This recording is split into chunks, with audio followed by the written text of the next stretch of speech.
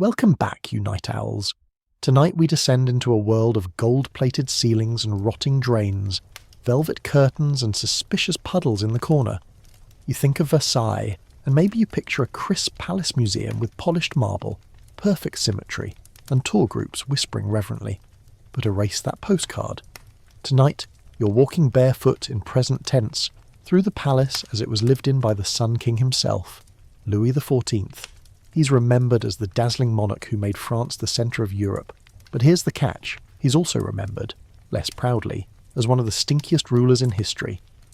His legacy of perfume, lace, and ceremonial perfection. Built on a foundation of sweat, waste and plumbing so bad it could gag a stable horse. You probably won't survive this little sleep-time stroll without wrinkling your nose. So, before you get comfortable, take a moment to like the video and subscribe, but only if you genuinely enjoy what I do here. And while you're at it, tell me in the comments where you're listening from and what time it is right now, because it always amazes me how this sleepy little corner of history reaches so far across the world.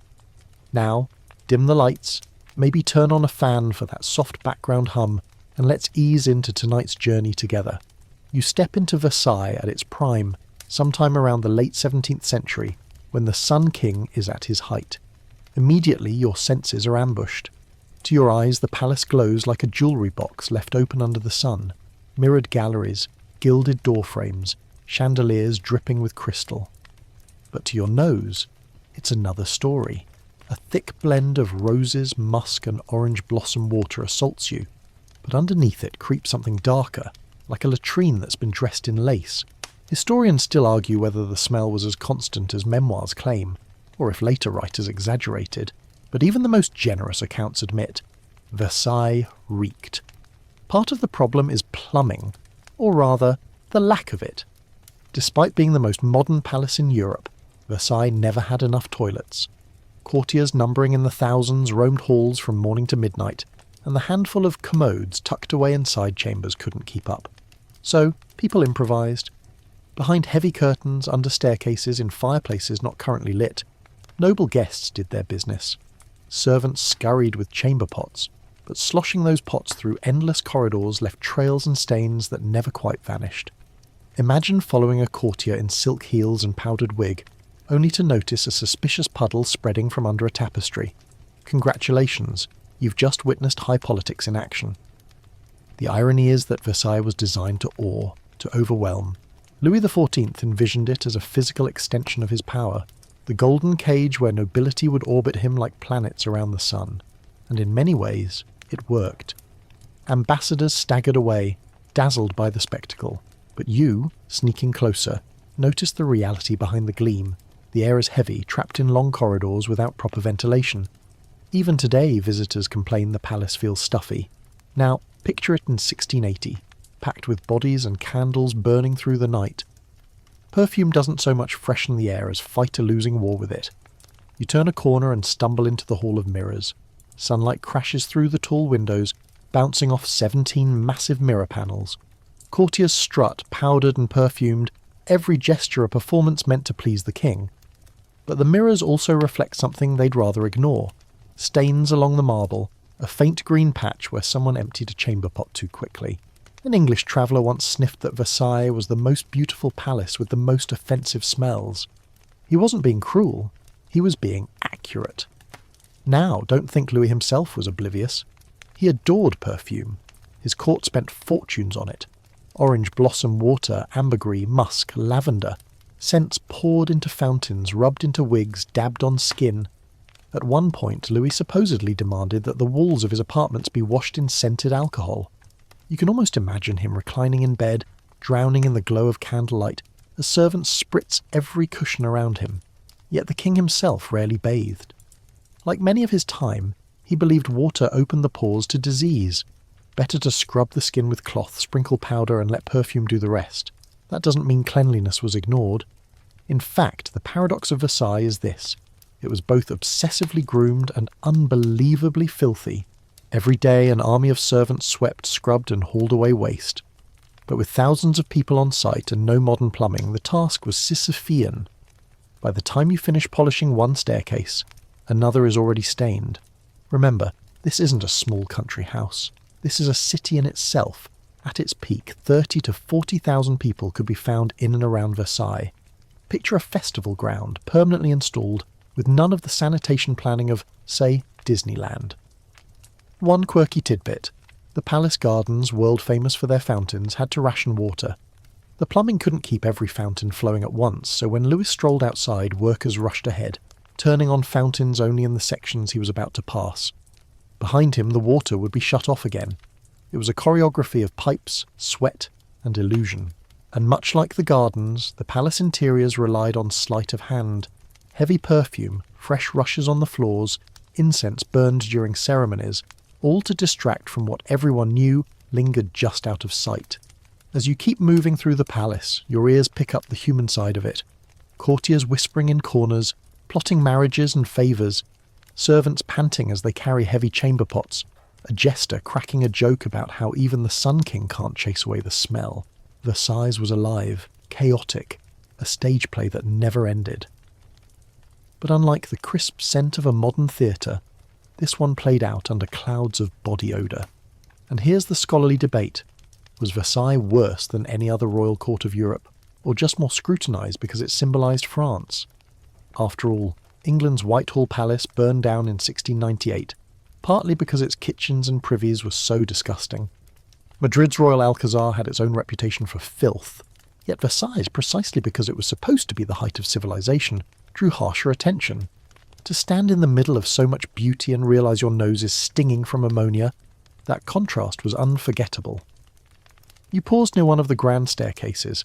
A lady in towering wig glides past, her gown so wide it could sweep 3 people into the wall.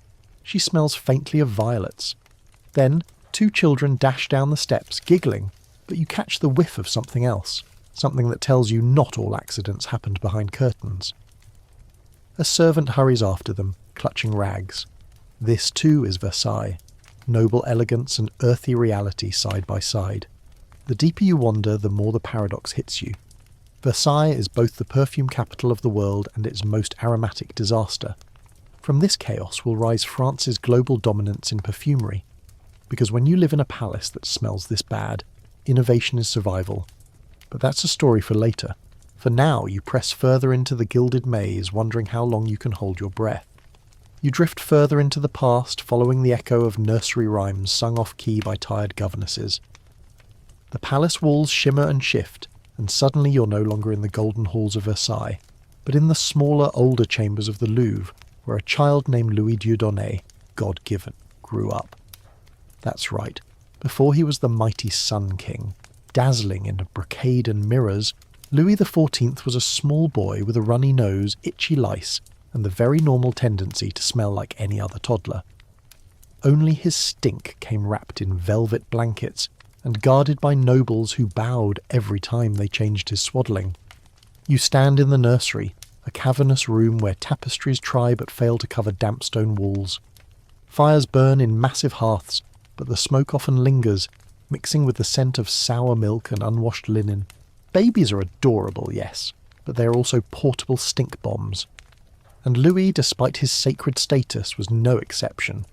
His wet nurses and governesses rotated shifts, constantly feeding him, wiping him, and layering him in powder to mask the inevitable odours. Imagine baby powder mixed with musk, lavender, and occasionally rosewater, poured liberally into the air, because if you can't fix the smell, you drown it. One mainstream fact here. Louis XIV became king at the tender age of 4, after the death of his father Louis XIII in 1643. Picture it. A boy barely out of diapers suddenly declared the sovereign of France. You don't crown him in silence, you surround him with ritual. Everyone whispers about his destiny. Yet behind the grandeur, his childhood is shaped by the same realities as any other. Messy meals, soiled sheets, restless nights. He's called the most Christian king, but in the nursery, he's the most frequently changed. The dirty nursery was not just about diapers. In the 17th century, even noble children lived among a haze of questionable hygiene. Bathing was rare for adults and rarer for children, who were considered too fragile for the dangers of water.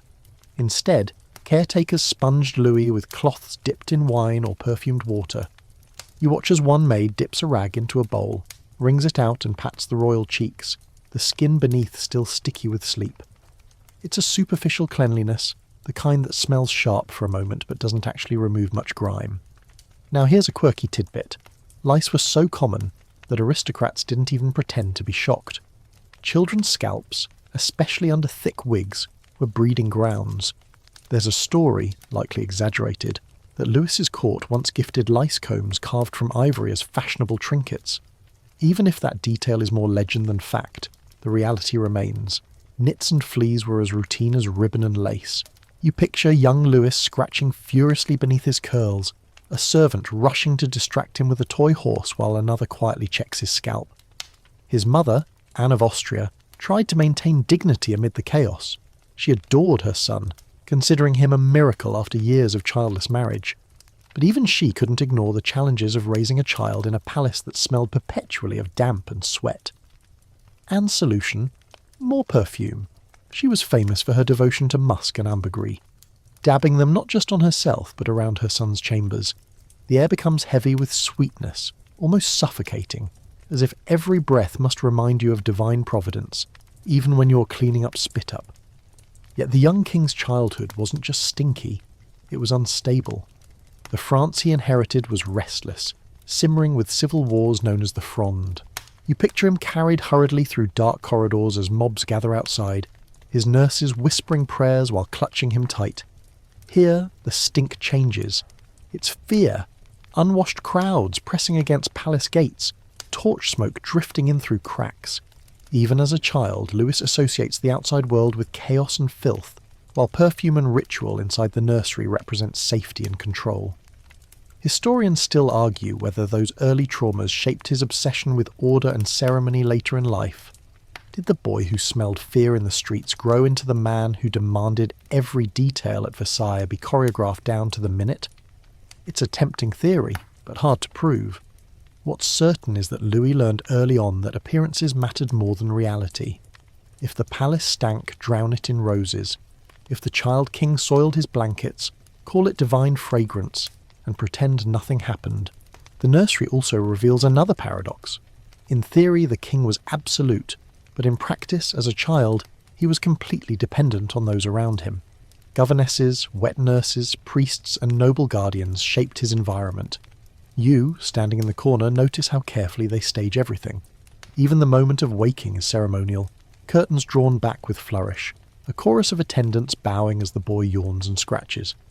They whisper words of destiny, but the boy is just hungry, crying for bread dipped in honey. And once again, the sticky crumbs fall into his lap, staining his fine linen. A servant sighs, scooping them up. The smell of the nursery is complex, a mix of wood smoke, spoiled milk, lavender sachets tucked into pillows, and the ever-present undertone of waste. It's not unbearable, but it's never truly clean. You can almost taste the heaviness of the air, thick with dust and powder. This is where the Sun King begins, not in blinding light, but in a haze of musk and mildew. From time to time, doctors peer into the nursery, dressed in black robes, muttering Latin. They pinch the child's skin, prescribe herbal poultices, and remind Anne of Austria that fresh air is dangerous, windows remain shut, and so the odours accumulate like secrets no one wants to acknowledge.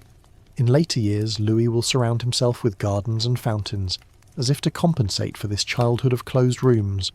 But for now, you're stuck with him in this heavy cocoon. There's a moment when Louis, no more than 6, toddles toward a window.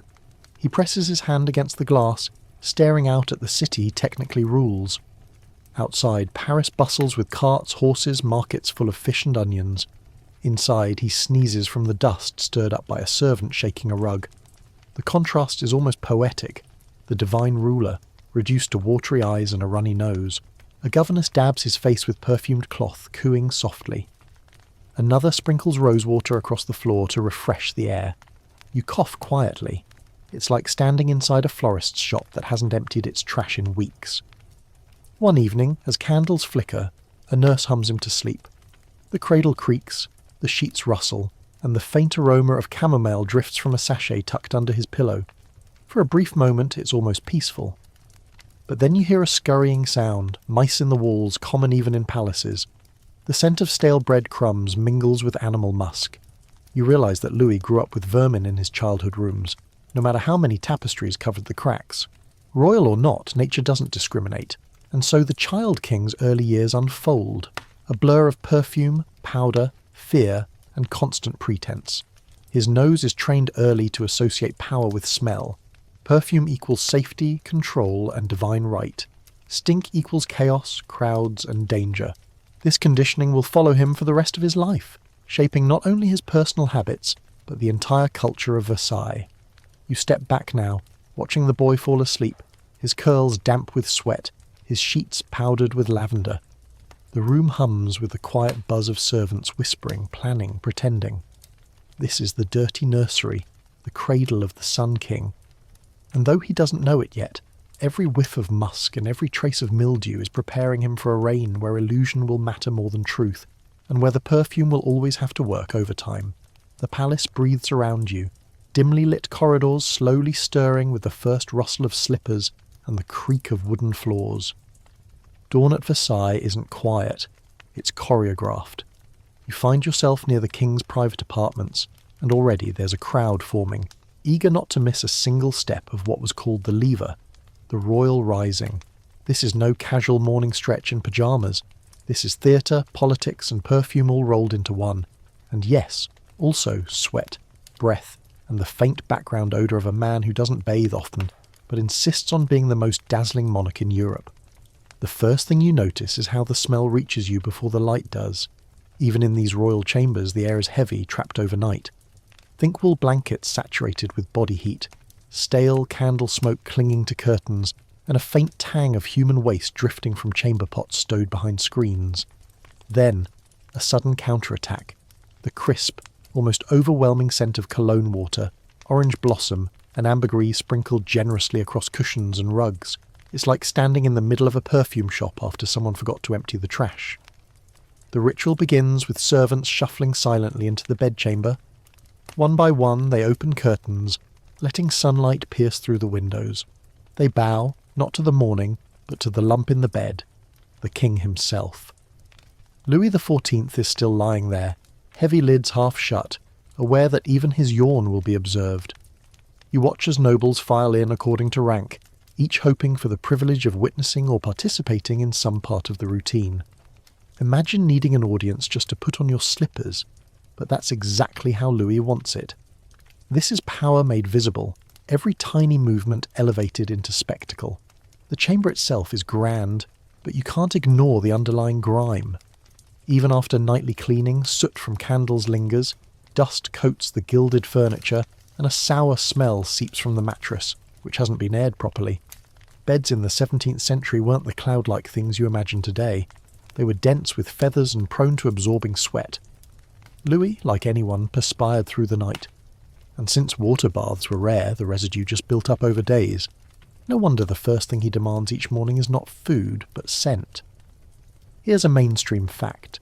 The lever wasn't just about waking up. It was a political institution. Dozens, sometimes over 100, courtiers crowded into the king's room to watch him be dressed, combed and perfumed. Being present signalled your closeness to the Sun King's orbit. And while today you'd give anything for a quiet morning coffee alone, back then, this was the golden ticket. Imagine leaning in as a servant wipes the king's face with perfumed cloth, breathing in both roses and last night's breath, and pretending it's all glorious. The sequence is rigid. A servant presents holy water, which Louis dips his fingers into. Another offers a freshly ironed shirt, slipping it over his shoulders. Then comes the wig ritual. Attendants brushing and powdering thick curls, even as the real hair beneath grows thin and greasy. Powder is everywhere, rising in little clouds that stick to sweat and perfume alike. You cough quietly, tasting flour mixed with lavender. Yet the courtiers smile, they see only majesty. Now, here's your quirky tidbit. Louis reportedly owned over 200 wigs, each styled for different occasions. Hunting, council meetings, festivals. The morning ritual often included deciding which one to wear. Imagine a royal closet of wigs like a sneakerhead's collection, except instead of Nikes, it's mountains of horsehair. But wigs weren't just about style, they were about survival. Head lice, remember, were universal. By shaving the scalp and covering it with a wig, you could at least keep the worst infestations at bay. The irony? Those wigs themselves often reeked, absorbing sweat, powder and perfume until they became olfactory weapons. Louis's body is also tended with cloth soaked in scented spirits. Servants dab at his arms, his chest, his face. It's less cleansing, more painting over the canvas. Think of someone Febrezing a teenager's gym bag instead of washing it. Historians still argue whether Louis was genuinely convinced this counted as hygiene, or if it was simply cultural custom. Either way, his body never truly feels fresh, just layered with more and more fragrance. There's also breakfast taken in bed, bread, jam, sometimes hot broth, all consumed while a small army watches politely. You can smell the butter melting into crumbs, mingling with the perfume and sweat already clouding the air. Courtiers lean forward eagerly as the king chews. If he sneezes, they bow. If he cracks a joke, they laugh. You can almost feel the nervous energy in the room. One wrong glance and your career is finished. But no one dares mention the sour breath drifting across the chamber. What's striking is how calculated the ritual is. Louis understands performance. He knows that by letting nobles dress him, he reminds them that their power depends on his body. Every buckle they fasten, every sleeve they adjust, it all says, "I am the sun, and you are merely here to orbit me." The stink is irrelevant. The spectacle is everything. But your senses, sharper than theirs, catch it all. The sour tang of yesterday's wine seeping from his pores, the powder sticking damply to his neck, the faint whiff of chamber pot hidden behind a gilded screen, the perfume battling desperately to win. It's a war of scents, and no side ever fully triumphs. Occasionally physicians enter, their faces solemn. They might bleed the king, or suggest an enema, a favourite cure of the age. The tools sit discreetly nearby, a reminder that medical practices were as invasive as they were ineffective, and each time after the procedures more perfume is summoned to cleanse the air of what really lingers: blood, sweat, and indignity. Historians note how Louis's health was precarious even in middle age. He suffered from dental abscesses, fevers, and digestive issues. The morning ritual wasn't just a performance, it was also a daily battle to make him appear strong. You can almost see the servants exchanging worried glances as they powder his pale skin, as if makeup alone could disguise decline. And yet, through it all, Louis radiates confidence. Even when his body betrays him, he insists on the performance of control. He sits upright, chest forward, eyes commanding. He cracks a joke about a courtier's wig, and the room erupts in laughter. You realise for him, smell is secondary, image is primary. He believes, or at least wants others to believe, that power is about what you see, not what you sniff. Still, the scent lingers. As he finally rises from bed, dressed in silks embroidered with gold, he leaves behind a mattress darkened with sweat, a room heavy with perfume and waste. Servants rush in to clean, to sprinkle more rose water, to replace linens. But no matter how hard they try, the chamber never smells truly fresh. It is the odour of absolute power, sweetened but never erased. By the time Louis steps into the corridor, his courtiers follow like a tide. The perfume cloud moves with him, thick enough to announce his presence before you see him. And as you trail behind, you understand the paradox. The Sun King glows in every detail, every ritual, every fabric. But beneath it all, he stinks like any man. Only his stink has been transformed into ceremony, wrapped in silk and incense, paraded as though it were perfume itself. The palace stretches before you, a glittering labyrinth of marble, gilded ceilings and velvet-lined chambers. By this point in the journey, you're well aware that Versailles dazzles the eyes but torments the nose. And now you step into the harshest truth of all. A palace of thousands, built as the jewel of Europe, functioned without enough toilets. In fact, for much of Louis XIV's reign, Versailles was essentially a chamber pot with chandeliers. The moment you drift through the Galerie des Glaces, the Hall of Mirrors, you notice not only the shimmer of glass, but also the faint trace of ammonia hiding under perfume. It's not imagination. Courtiers, servants, and even visitors relieved themselves wherever opportunity allowed. The palace had official commodes and private privies for the most important residents, but the sheer scale of human presence overwhelmed the system. People numbered in the tens of thousands during festivals, and even on quieter days, Versailles was home to thousands of nobles, soldiers, servants, musicians, cooks, and workers. That's a lot of bladders with very few designated spots. One mainstream historical fact: Versailles originally had only a few hundred functional latrines, and many of them were poorly designed, with pipes that emptied directly into the surrounding moats or gardens. The pipes often clogged, spilling waste back into the palace itself. And because sanitation science was primitive, these systems stank constantly. Visitors complained openly about the smell, even as they marvelled at the palace's beauty. Imagine holding your breath while praising the magnificence of Louis XIV. You walk past a row of thick curtains, and behind one you hear a shuffle, and then the unmistakable trickle of someone improvising.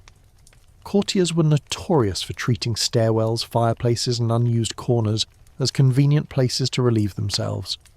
It was considered better than missing a chance to be near the king. After all, if you left to find an actual privy, you might miss the chance to catch his eye. And in this world, one glance from Louis was more valuable than basic hygiene. The logic is grimly simple. Better to stink in gold than to smell sweet in obscurity. The gardens, for all their manicured beauty, also bore the burden. With fountains trickling and hedges towering, many guests treated them as outdoor latrines. Servants scurried after, scattering scented herbs or sprinkling perfumed waters in an endless, losing battle against human nature. Even dogs were better provided for, with fountains and kennels more carefully arranged than the facilities for human guests. One quirky tidbit that startles you: nobles often used portable chamber pots called bordeloos. These were small, oval-shaped, and easy to slide discreetly under the vast skirts of aristocratic ladies. Picture a duchess in shimmering silk smiling politely in a crowded salon, while secretly balancing herself over a porcelain pot hidden beneath her gown. Afterward, a maid would whisk it away with practiced precision. The bordeloo was less a convenience than a necessity in a palace where toilets were scarce. Some even had lids and leather cases decorated with gilt so they wouldn't look out of place if spotted. It's one of those artifacts that makes you laugh and cringe at once. Fashion, elegance, and urination neatly combined. Servants bore the worst of it. You watch as a boy trudges by with a heavy chamber pot, the contents sloshing dangerously close to his shoes. His job is to carry it across polished floors, through crowded corridors, and outside to dump into cesspits or the moat. Sometimes he slips, and the result is unforgettable. Imagine the smell when a pot tips over near the king's staircase, and servants scramble with cloths and perfume to erase the evidence before nobles step in it. Historians still argue whether the stench of Versailles was exaggerated by its critics. After all, many palaces across Europe were equally filthy. Whitehall in London, the Escorial in Spain, even the Vatican itself struggled with waste disposal. But Versailles became infamous partly because of its grandeur. The more beautiful it looked, the worse the smell seemed by contrast. An ambassador might return home to report not only on the splendour of the Hall of Mirrors, but also on the puddles left in its corners. Satirists feasted on this irony, and their stories linger in memory far longer than official praise. The stench didn't stay confined to private moments. It intruded on public ceremonies. Imagine Louis XIV presiding over a glittering ball, the music swelling, the chandeliers blazing, and suddenly someone nearby decides they can't wait any longer. A hasty retreat behind a curtain, a quick shuffle, and then the faint odour of ammonia wafting into the air. Perfume was always on standby, but it was never quite enough. Musicians played louder, dancers whirled faster, but the smell was still there, like a rude guest who refused to leave. You trail into the king's private apartments. Louis himself was spared the worst, of course. He had personal facilities, and attendants whisked waste away with care, but even he couldn't entirely escape. When the palace pipes clogged, as they often did, stench rose back through the walls and floors. Imagine the Sun King reclining in silks, surrounded by courtiers, while a foul draught sneaks into the room from some forgotten corner. For all his power, not even he could command plumbing. One of the stranger ironies is that Versailles became a centre of innovation in scent precisely because of its filth. The French perfume industry, which blossomed in the 17th century, grew from necessity. Gloves scented with lavender, sachets tucked into clothing, colognes dabbed on wigs, all were weapons against the stench. In a way, Versailles' lack of toilets helped transform France into the perfume capital of the world. You could call it the stinkiest kind of progress. You pause at a grand staircase, looking down into the crush of servants and visitors. Somewhere below, a fight breaks out, not over politics, but over a missing chamber pot. The scene is both absurd and revealing. In a palace of gold, people squabble over the right to relieve themselves, and you realise this is Versailles stripped of illusion. It is not just the palace of the Sun King, it is also the palace of perpetual waste. The scholarly debate extends to how the French themselves perceived this. Did courtiers truly ignore the smells, or did they simply accept them as unavoidable? Some memoirs insist nobles joked about it constantly, while others suggest they pretended not to notice, focusing instead on appearances. Perhaps it was both, gallows humour mixed with denial. In a court where truth was dangerous, it was safer to laugh quietly than to complain loudly. And you, standing amid the glitter and grime, understand the paradox once again. Versailles was designed to embody perfection, but its lack of toilets betrayed the imperfection of its age. Louis XIV could command armies, build empires, and choreograph every bow and curtsy, but he could not keep his palace from smelling like what it was, a place filled with people, all of whom had the same needs, no matter how golden their wigs. As you step back into the Hall of Mirrors, the chandeliers blaze, the mirrors multiply your reflection, and nobles drift past like painted dolls. But beneath it all, the stench never leaves. It's the silent truth of Versailles, whispered in every corner, soaked into every curtain. The palace is magnificent, yes, but it will always smell faintly of waste. You glide deeper into the palace, following the rustle of silks, the creak of whalebone corsets, and the constant scratch of wigs being adjusted. If Versailles without toilets was already bad, the fashion of the time only magnified the problem. Here, beauty wasn't just skin deep, it was layered, powdered, perfumed, and itchy. Every garment, every accessory was designed to impress at a glance, but few were designed to breathe or clean easily. Welcome to the world where looking magnificent meant smelling suspicious. The first thing that strikes you is the wigs. They're everywhere, cascading waves of horsehair or human hair, powdered until they shimmer white and perched like frosting on top of every noble head. Louis XIV himself pioneered the craze when his own hair began thinning early. Instead of looking frail, he went bigger, literally. His wig became a crown of curls, grand and artificial, a new standard for masculine elegance. Soon, every ambitious noble followed suit. Walking down a Versailles corridor in 1685 feels like stepping into a horsehair convention. But wigs were anything but clean. They soaked up sweat, perfume, candle soot, and the general grime of the palace. They were rarely washed, only brushed and repowdered. Powder itself, made from ground starch, sometimes mixed with scented oils, settled on wigs like snowfall. It looked refined, but in a crowded ballroom it clumped into damp streaks as courtiers sweated under chandeliers. Imagine the smell. Flour paste mingling with human perspiration, musk perfume sprayed on top, and perhaps a few lice making themselves at home. One mainstream historical fact.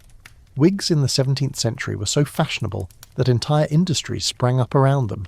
Paris wigmakers employed thousands of people, from hair collectors to powder merchants. A noble might own dozens of wigs for different occasions, each one worth a small fortune. Yet despite the price, lice infestations were routine. That's why nobles kept fine-toothed ivory combs on hand, slipping them into pockets like we might carry gum. If you ever wondered why portraits show people with such stiff poses, maybe it's because they were trying not to scratch. And speaking of scratching, here's a quirky tidbit. Sometimes wigs were kept on stands overnight, with slices of bread tucked beneath them. Why? Because breadcrumbs attracted lice and fleas away from the hair. In theory, the pests would crawl down to the bread for a midnight snack, sparing the wearer's scalp. You can't help but laugh softly. It's a plan equal parts clever and gross. Imagine waking up, brushing out your wig, and tossing yesterday's bug-bait bread to the dogs. Versailles innovation at its finest. Wigs weren't the only culprits. The clothing itself was heavy, layered, and rarely washed.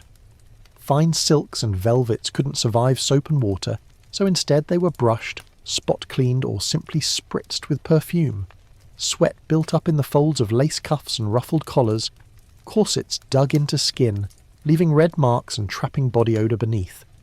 By evening, After hours of dancing and politicking, nobles practically marinated in their own garments. You pause by a window watching a duchess pass. Her gown is breathtaking, emerald silk embroidered with gold thread, wide panniers making her skirt flare like a ship's sails. Yet you know what lies beneath. Layers of linen, shifts absorbing sweat, a corset laced so tightly it's almost impossible to breathe, stockings sagging slightly from the heat. The perfume cloud she drags behind her smells sweet, but it also makes you wonder what it's masking. Historians still argue whether the French court truly embraced perfume for pleasure or for necessity. Certainly, fragrance had long been associated with divine favour and luxury. But in a palace where clothes weren't washable, perfume wasn't just accessory, it was survival. Without it, the collective stink would have been unbearable. Even with it, courtiers joked about the miasma that clung to crowded salons. And then there were cosmetics. Nobles painted their faces with white lead powder, giving their skin a ghostly pallor prized as fashionable. Red circles of rouge brightened cheeks, while dark coal-lined eyes. But under the powder, skin conditions often festered. Acne, scars and smallpox marks were hidden rather than healed. As the hours wore on, powder mixed with sweat sliding down cheeks in streaks. Stand too close, and you'd notice the chalky odour of lead mingling with musk and sweat. It's beauty by candlelight, not by daylight. Another curious detail, many nobles carried pomanders, small decorative balls filled with herbs and spices. They dangled from belts or hid in pockets, ready to be sniffed discreetly when the palace air grew too foul. Some pomanders were carved from silver or gold, shaped like miniature works of art. Yet their purpose was utterly practical. Block the smell of your neighbour's unwashed wig. You drift into the royal chapel, where music swells and courtiers bow their heads. Here, too, fashion reigns. Nobles kneel in stiff brocades, wigs powdered to perfection, jewels glittering. The incense burning at the altar mingles with the perfume of hundreds of bodies packed tightly together. To your nose, it's overwhelming. To theirs, it's normal. Religion, politics, fashion, all cloaked in the same scented haze. One servant brushes past you, muttering as he hauls away a basket of soiled linen. Servants' clothes, unlike nobles', were washed frequently. But they also worked the hardest, scrubbing floors, carrying chamber pots, laundering endless shifts and handkerchiefs. They knew the court's secret. For all the perfume and powder, nobles often smelled worse than peasants. The difference was that peasants admitted it. And here's the irony. Louis XIV adored spectacle. He demanded that nobles dress magnificently, knowing that their financial ruin was his political gain. A duke might spend half his fortune on wigs and lace just to stay in the king's favour.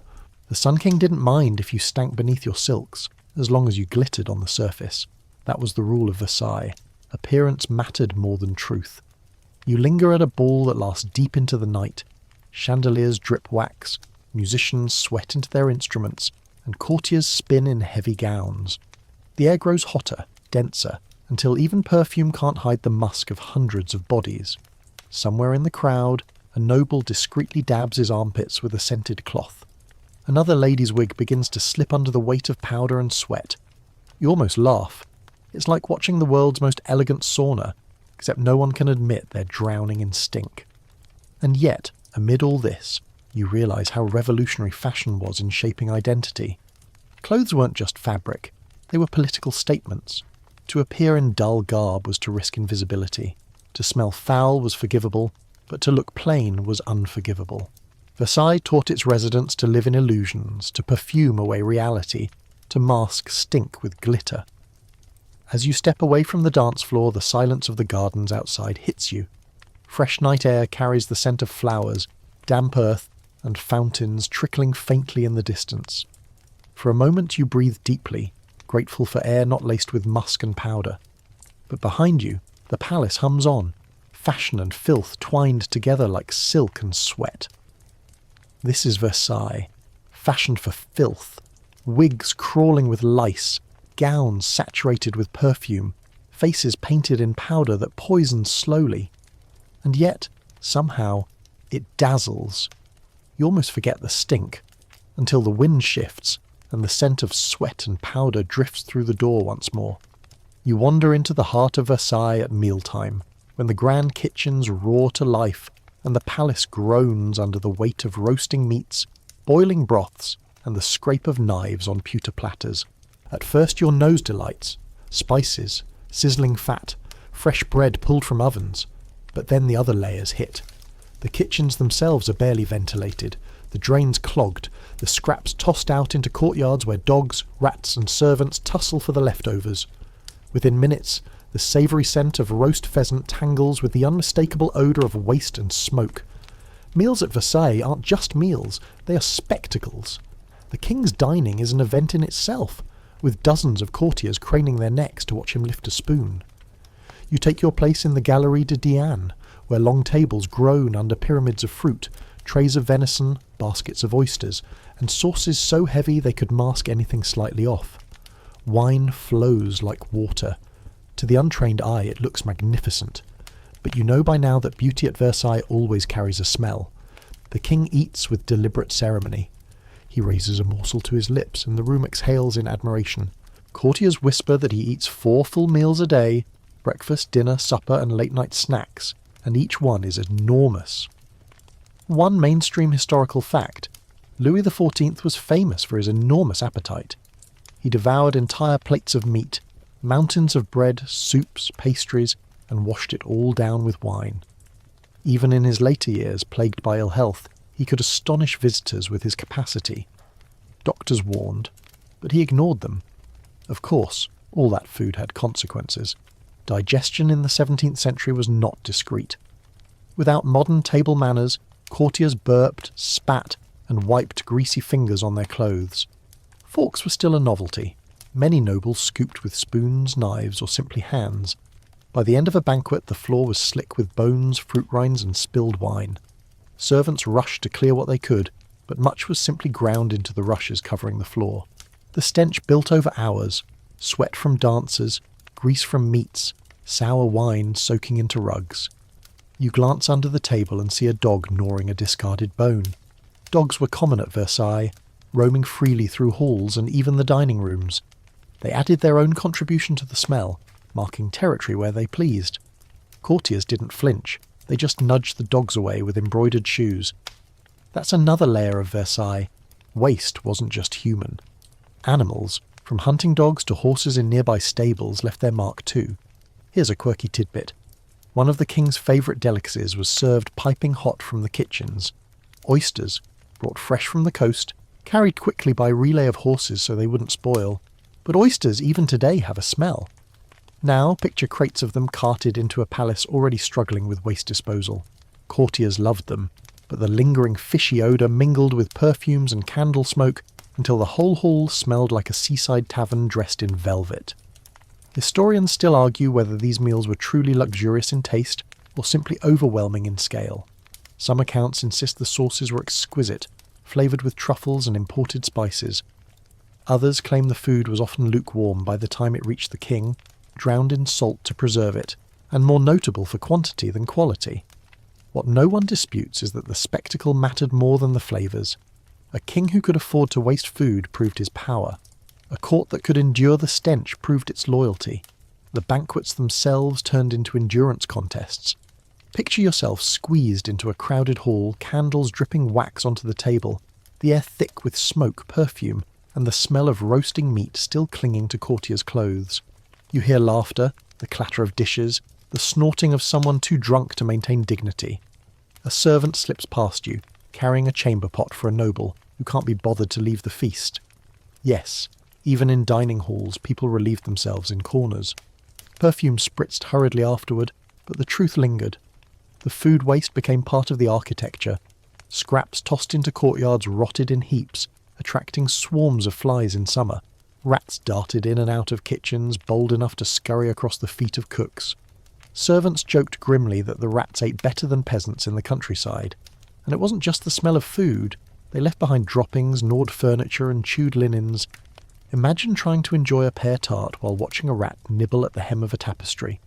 And yet Louis XIV revelled in these meals. For him, dining was another stage. He would lean back, satisfied, grease still shining on his fingers, and bask in the admiration of his court. Eating wasn't private, it was proof of his vitality. His enormous appetite became symbolic of his power. If the Sun King consumed endlessly, so too did his state. And if the smell was overwhelming, well, that was the price of glory. You picture the aftermath of one particularly grand feast. The tables are stripped, but the smell lingers. Stale wine, grease soaked into linen, fruit beginning to rot. Servants scrub, dogs lick at the floor, and yet the air remains heavy. By morning, more food will arrive, and the cycle begins again. Versailles is never truly clean, only masked by layers of perfume and fresh dishes. One evening, you drift into the king's private supper. Unlike the public banquets, this is smaller, more intimate, but no less rich. Louis sits with his family, consuming plate after plate of poultry and pastries. The room fills with warmth from the fireplace, and the smell of butter dominates. But again, chamber pots lurk nearby, ready for immediate use. Servants hover, spraying rosewater to disguise what everyone knows is happening. You realise there is no moment at Versailles entirely free of stink, not even dinner with the king. The scholarly debate emerges again. Did Louis genuinely enjoy these feasts, or were they a burden of ritual? Some claim he would have preferred simpler meals in private. Others argue he lived for the spectacle, the performance of gluttony as proof of his divine right. Perhaps it was both. But either way, the consequences were real. By his later years, his teeth rotted, his stomach ached constantly, and his body bore the marks of decades of indulgence. Perfume couldn't disguise halitosis. Musk couldn't mask flatulence. The Sun King glowed, but his dinners stank. As you step back from the banquet hall, you breathe the cooler night air of the gardens. Fountains splash, flowers release their perfume, and for a moment you feel refreshed. But behind you, the palace churns on, kitchens smoking, chamber pots filling, feasts continuing late into the night. Versailles sparkles like a jewel, but always at its core it smells like grease, wine, and waste. This is dining in the stench, banquets glorious and grotesque, meals meant to dazzle but impossible to forget for their odour. You can almost hear the laughter of courtiers, the gnawing of rats, the soft hiss of perfume sprayed desperately into the air. And you realise that here, even pleasure comes with a smell you can never quite escape. You drift through the palace again, but this time you're not following the sound of music or laughter. You're following groans. Behind heavy curtains and gilded doors lies the king's medical chamber, where physicians gather like crows, armed with leeches, enemas, and theories that smell worse than they sound. If Versailles was a theatre of elegance, it was also a laboratory of suffering, where medicine in the 17th century meant endless poking, bleeding, and perfuming to disguise the consequences. The moment you enter, the smell hits. Sharp, metallic tang of blood. The musty odour of herbs boiling in pots. The acrid smoke of incense burned to cleanse the air. Doctors hover in black robes, their wigs powdered like judges presiding over a trial. On the bed lies Louis XIV himself, bare-chested, pale and sweating. His courtiers still gather in the background. It's unthinkable for the king to suffer in private. Even illness, like eating, is a performance. One mainstream fact: medicine in Louis's time revolved around the theory of humours. Health was believed to depend on the balance of 4 bodily fluids: blood, phlegm, black bile and yellow bile. Too much of one, and you were ill. The solution? Remove it. So doctors bled patients to drain excess blood, purged them with enemas to clear bile, and forced them to vomit with herbal concoctions. Louis endured hundreds of such treatments across his life, and here's where the odours multiply. Bleeding meant basins of blood sitting in the chamber until servants could carry them away. Leeches pulled from jars of stagnant water, slithered across royal skin before being dropped back, bloated. Enemas were delivered with long syringes filled with mixtures of broth, oil or herbs, and their results were immediate. Imagine the scent of broth expelled into a chamber pot, hastily covered with rose petals to disguise the truth. You might chuckle, but this was serious business for the king. He believed, as did everyone, that these treatments prolonged his reign. One quirky tidbit: Louis became so accustomed to enemas that he reportedly received thousands of them in his lifetime. Records suggest that during one particularly difficult stretch, he endured over 200 in a single year. Courtiers joked that he governed France from the seat of an enema chair. Whether exaggerated or not, The sheer frequency explains why the king's chambers often smelled of strange mixtures of herbs, oils, and digestive results. The doctors themselves added to the atmosphere. They carried pomanders filled with spices to mask the air, muttered prayers, and often argued among themselves. You watch as one physician insists on bleeding the king's arm, while another proposes a scented poultice of chamomile. Historians still argue whether these men genuinely believed in their methods or simply played to the king's expectations. Some were educated at the best universities, others were little more than glorified alchemists. But all of them contributed to the strange perfume of illness: sweat, blood, herbs, incense, and desperation. Louis, for all his grandeur, suffered enormously. He endured dental problems so severe that extractions tore a hole between his mouth and sinus, leaving him unable to eat or drink without liquid seeping from his nose. Imagine the humiliation and the smell of infection lingering constantly. Servants rushed to mask it with scented cloths. Musk and ambergris were dabbed on his cheeks to disguise foul breath. But no matter how much perfume was poured, it couldn't erase the underlying rot. And then there were the boils. By his later years, Louis developed abscesses on his body that swelled and burst, oozing pus. Courtiers recorded the stench with a mix of horror and reverence, as if even the king's suffering carried significance. Doctors lanced these boils with knives, releasing the infection into bowls. You step back instinctively, the smell of pus and blood overwhelming even the strongest perfume.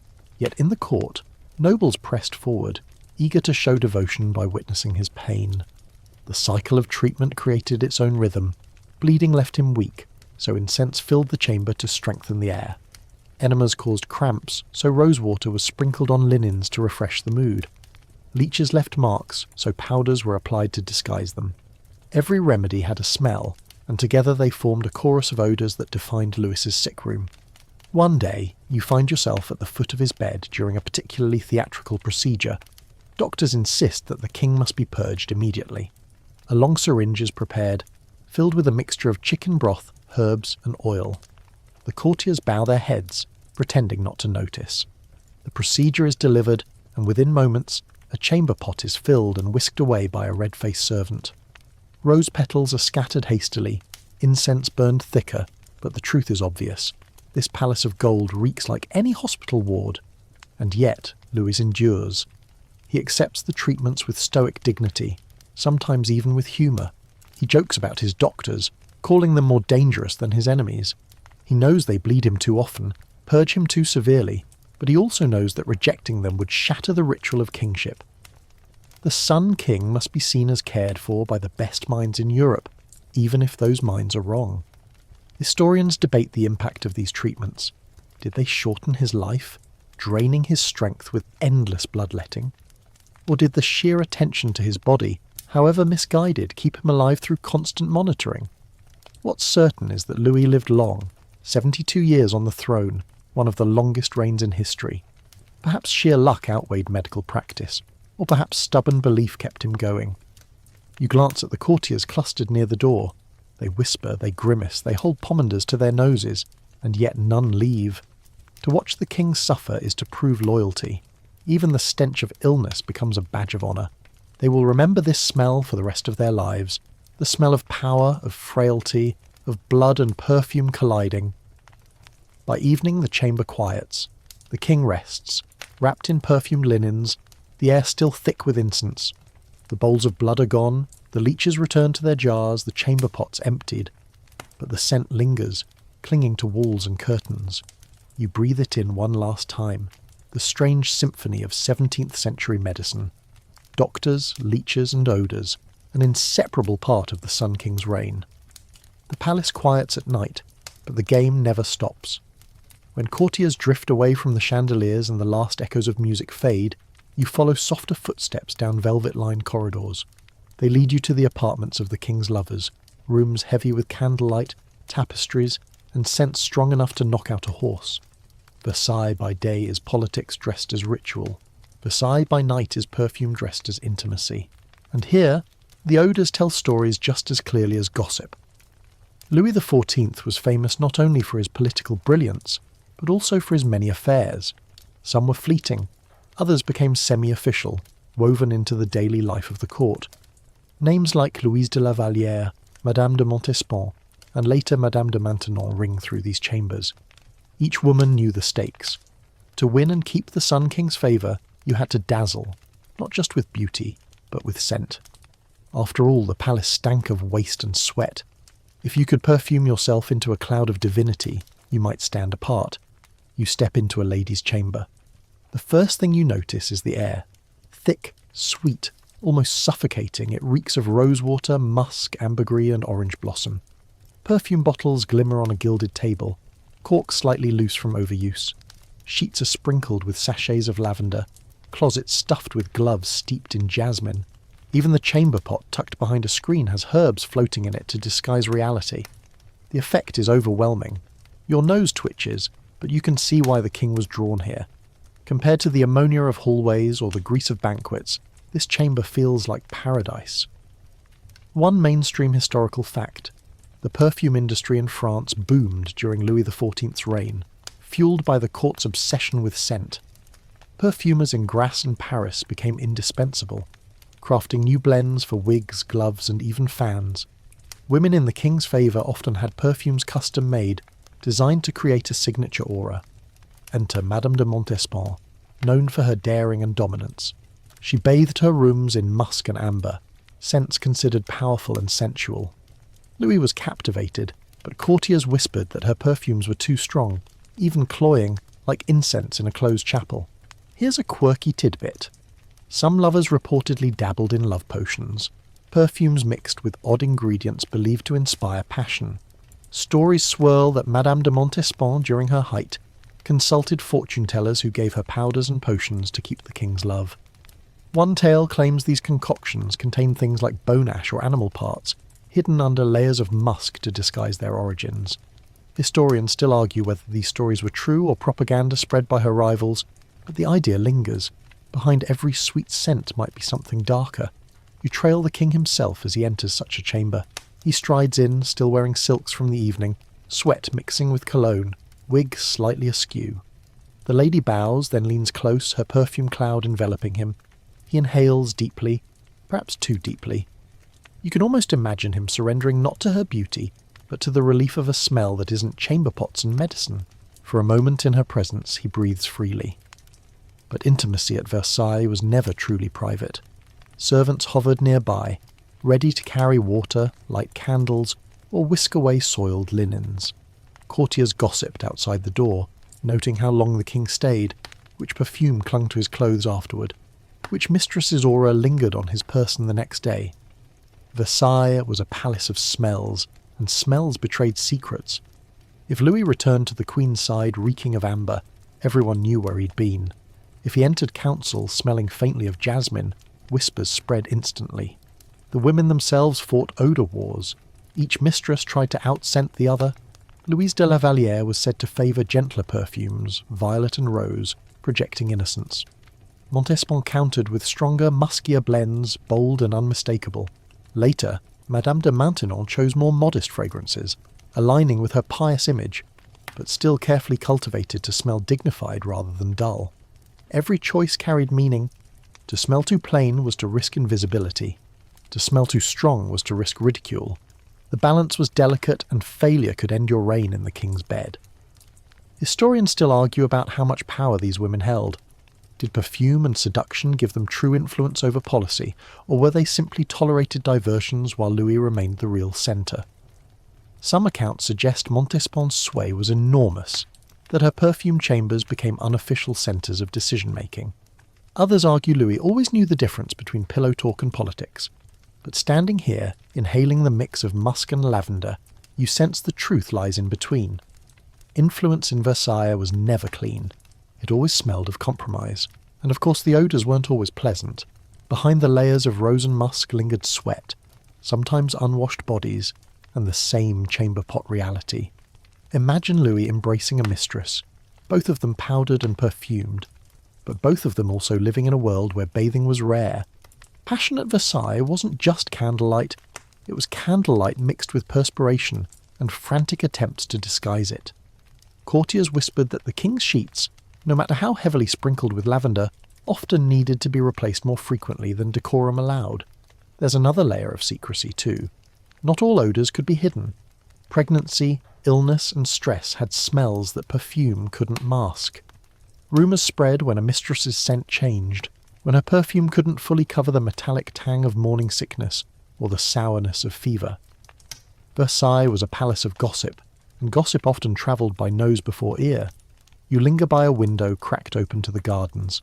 Night air drifts in, carrying the fresh scent of flowers. Compared to the chamber's heaviness, it feels like salvation.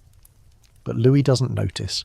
He's deep in conversation with his lover, breathing her in as if she's the only fresh air he'll ever need. In that moment, perfume isn't just disguise, it's power. Later, when he leaves, the corridors buzz. Courtiers lean in, sniffing subtly, confirming what they suspected. The perfume trail tells them everything. No official proclamation is necessary. The Sun King's love life is an open secret written in the air. And you realise perfume at Versailles wasn't just about hiding stink. It was a language, a code, a weapon. Lovers wielded it to win favour. Enemies used it to spread rumours. The king relied on it to escape his palace's filth. Perfume was intimacy and politics, sex and survival. Without it, even the royal bedchamber would have smelled like nothing more than a gilded latrine. So you step away, the scent of musk still clinging to your clothes, the whispers of lovers echoing in your ears. This was Versailles at night. Secrets wrapped in perfume, passion marinated in sweat, and the unspoken truth that even love here had to be masked. You step outside, blinking as the palace doors give way to a flood of sunlight. The shift is dramatic. After the heavy, perfumed interiors of Versailles, the gardens seem to breathe with fresh air, an ocean of green stretching in perfect lines. Hedges trimmed like geometry problems, fountains sparkling, flower beds bursting with colour. This is Louis XIV's masterpiece, a stage even larger than the Hall of Mirrors. Yet as soon as you inhale deeply, you realise the illusion is only skin deep. Beneath the lilies and roses there lingers another, less flattering scent. Sewage. The gardens of Versailles were designed by André Le Nôtre, the landscape genius who turned marshland into a living painting. One mainstream historical fact: the gardens covered nearly 2,000 acres, arranged with surgical precision into long avenues, grand parterres, canals, groves, and fountains. They were a symbol of Louis's control not just over nobles, but over nature itself. Trees were uprooted from across France and replanted here, sometimes dying within weeks, only to be replaced by more shipments.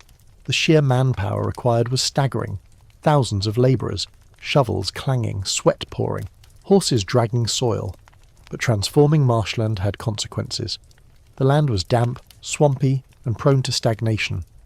Water systems built to feed the hundreds of fountains often leaked or backed up, creating puddles that stank in the summer sun. Waste from the palace sometimes drained directly into the surrounding grounds.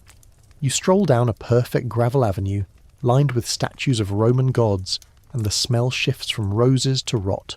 It's like perfume sprayed over a compost pile. Beautiful at first, then overwhelming. The fountains themselves were glorious but deceptive. Water arced into the air in choreographed displays designed to awe visitors. Yet behind the scenes, the system was a mess. Pipes clogged, pumps faltered, and labourers had to sprint to turn valves on and off depending on where the king walked. If Louis strolled toward Neptune Fountain, that fountain suddenly gushed to life, while those behind him were quietly turned off. It was a sleight of hand, a hydraulic magic trick, but the water wasn't always clean. Stagnant reservoirs bred algae and mosquitoes, and when fountains sprayed, the smell sometimes travelled with the mist. You might admire the rainbow in the sunlight while subtly cringing at the odour of swamp. One quirky tidbit: Louis adored orange trees, so much so that Versailles boasted a grand orangerie, housing hundreds of them in elaborate planters. In summer, they lined the walkways, filling the air with citrus perfume. But when night fell, gardeners sometimes noticed that chamber pots had been emptied near the planters, the soil enriched in less than dignified ways. Oranges scented the air, yes, but not all of it was natural. The gardens were also full of people, courtiers strolling, lovers sneaking into groves, musicians playing in open-air concerts. With thousands wandering at once, the lack of toilets extended outdoors. Hidden corners of groves became unofficial privies. You duck into one secluded hedge maze and immediately wish you hadn't. The smell of urine lingers, mixed with the faint sweetness of roses. Servants rush through constantly, scattering herbs and pouring rosewater, but there's only so much they can do. Historians still argue about how bad the smell really was. Some visitors wrote glowing accounts of endless beauty, fountains sparkling, roses blooming. Others, especially foreigners, described being nearly gagged by odours rising from canals and moats. Perhaps the truth lies in the season. In spring, with flowers bursting, perfume overwhelmed the nose. In midsummer, with waste fermenting and stagnant water steaming, the stench could be unforgettable. Either way, the gardens were not the Eden they appeared in paintings. You wander toward the Grand Canal, an enormous artificial waterway where Louis staged boat parades. Swans glide across its surface. Courtiers row gilded gondolas. Music drifts from the shore. It looks idyllic until a breeze shifts and brings with it the unmistakable scent of sewage. The canal, like many waterways of the time, doubled as a dumping ground. Waste flowed in, fish died, water darkened. Yet courtiers smiled, clapped, and pretended the smell was just part of the rustic charm. One evening, you witness Louis himself strolling through the gardens. He wears a perfumed coat, gloved hands clasped behind his back. His courtiers chatter nervously, laughing too loudly, complimenting the scent of roses. But watch closely. Every time a whiff of sewage sneaks through, someone discreetly raises a perfumed handkerchief. The king doesn't acknowledge it. To admit the gardens stank would be to admit imperfection, and Versailles was supposed to be flawless. So they all pretend, breathing through their mouths, smiling at the fountains that sputter with more algae than grace. Animals added their part to the olfactory concert. Horses pulling carriages left steaming piles along gravel paths. Hunting dogs trotted through groves, leaving their own gifts. Even exotic animals, like the menagerie of rare birds, monkeys and big cats Louis kept, added to the atmosphere. Imagine peacocks strutting elegantly while their droppings stained the marble. Beauty and stink walked hand in hand. Yet despite it all, people adored the gardens. They became the pride of France, envied across Europe. Kings and ambassadors copied the style, building their own symmetrical landscapes. None matched the scale of Versailles, but all shared the paradox. Beauty cultivated on top of filth. You can't help but marvel at the ambition. To take swamp and turn it into geometry. To dazzle guests so much that they forgot their noses. That was the genius of Louis XIV. But you, lingering by a fountain, can't quite forget. The roses are sweet, the lilies intoxicating. But beneath them you still smell the truth. Stagnant water, waste drifting from palace drains, the faint sourness of summer air. You realise that the gardens, like the palace itself, are illusions. They are painted masks over an unwashed face, perfume over rot. As night falls, lanterns light the pathways. Couples stroll, musicians play, fountains sparkle under the moon. It looks like a dream. But even in the dream, the stink lingers. You breathe it in, this paradox of Versailles. Gardens of beauty, moats of stink. And you understand why perfume became not just accessory but necessity. Without it, the Sun King's paradise would have smelled like nothing more than a swamp in silk. The palace hums around you, but tonight the corridors seem quieter, as if Versailles itself is holding its breath. You're about to learn why the Sun King, master of spectacle, devourer of banquets, perfumed centre of the universe, rarely, if ever, took an actual bath. And yes, it's every bit as strange and stinky as you imagine. You follow the faint glow of lanterns into Louis XIV's private apartments. A marble tub rests in the corner, elaborate and gilded but dusty from disuse. The truth is stark. For Louis, water wasn't for cleansing, it was for drinking, cooking and fountains. Submerging your body in it, that was flirting with death. One mainstream historical fact. In 17th century France, bathing was widely believed to be dangerous. Doctors insisted that water opened the pores and let in disease. To wash too often was to invite fevers, chills and early graves. Better, they said, to wipe the body with cloth soaked in spirits or perfume. And so the Sun King, like most of his contemporaries, avoided baths. He reportedly bathed fully only a handful of times in his life. You picture it. The most powerful man in Europe, ruler of millions, stepping cautiously into a tub perhaps once or twice a year, and only when his physicians declared it absolutely necessary. Even then, the water wasn't necessarily fresh. Heated in copper cauldrons hauled by servants, it grew lukewarm by the time it filled the tub. The smell of metal clung to it, and unless perfumed with herbs, it carried the faint odour of the Seine. Not exactly inviting. So Louis preferred his version of dry cleaning each morning and evening. Servants wiped him down with fine linen cloths dipped in cologne or vinegar. They rubbed his skin, sprinkled powder, and sprayed perfume until he gleamed. It gave the illusion of cleanliness without water. But underneath, sweat lingered, especially after long nights of dancing, eating, or hunting. You can almost smell it yourself. Musk, roses, ambergris, and the faint tang of unwashed skin beneath. One quirky tidbit: Louis adored scented gloves. They were soaked in orange blossom water, musk, or civet, and he wore them constantly. But imagine what happens when you never wash your hands properly. The leather absorbed sweat, grease from food, and every handshake he gave. By evening, those gloves smelled less like flowers and more like a compost heap disguised with perfume. Still, nobles begged for the honour of kissing his gloved hand. Historians still argue whether Louis's avoidance of bathing was extreme even for his time. Some say he was simply following the norms of 17th century hygiene. Others suggest he was unusually cautious, shaped by childhood illnesses and doctors' warnings. Whatever the case, he became the poster child for perfume over water. And when the king set the example, the court followed. The queen, mistresses, courtiers, all avoided water. Instead, they relied on powders and perfumes. Imagine an entire palace of thousands, none of whom bathed regularly. Chamber pots already filled the halls with odour. Now bodies joined the chorus. Powdered wigs, painted faces, perfumed gloves. Every layer was an attempt to hide what lay beneath. You slip into the king's bedchamber late one evening. He reclines in silk sheets. Courtiers gathered at a respectful distance. Servants dab his face with scented cloths, powder his chest, sprinkle rosewater on his pillows. The air is so heavy with fragrance you almost choke. Yet when the perfume fades for a moment, you catch the sourness underneath, sweat clinging to skin that hasn't touched fresh water in months. The illusion cracks just for a second, and still, Louis radiates confidence. He believes, or pretends to believe, that water is his enemy. Perfume is his ally. Cleanliness, for him, is not about soap and scrubbing. It's about appearing untarnished. When courtiers breathe in his perfumed aura, they smell power, not perspiration. They smell the sun, not the swamp. Outside of the royal apartments, you see how the taboo trickles down. Courtiers wipe themselves with perfumed cloths, never daring to strip down for a bath. When they sweat during dances, they dab their armpits with cologne. When wigs itch with lice, they powder them more heavily. It's a cycle of denial, and the palace smells like it. Servants, ironically, bathed more often. With less to lose and fewer physicians to scold them, they washed in rivers or heated tubs in the kitchens. But their sweat was less perfumed, and nobles mocked them for smelling earthy. Imagine the irony.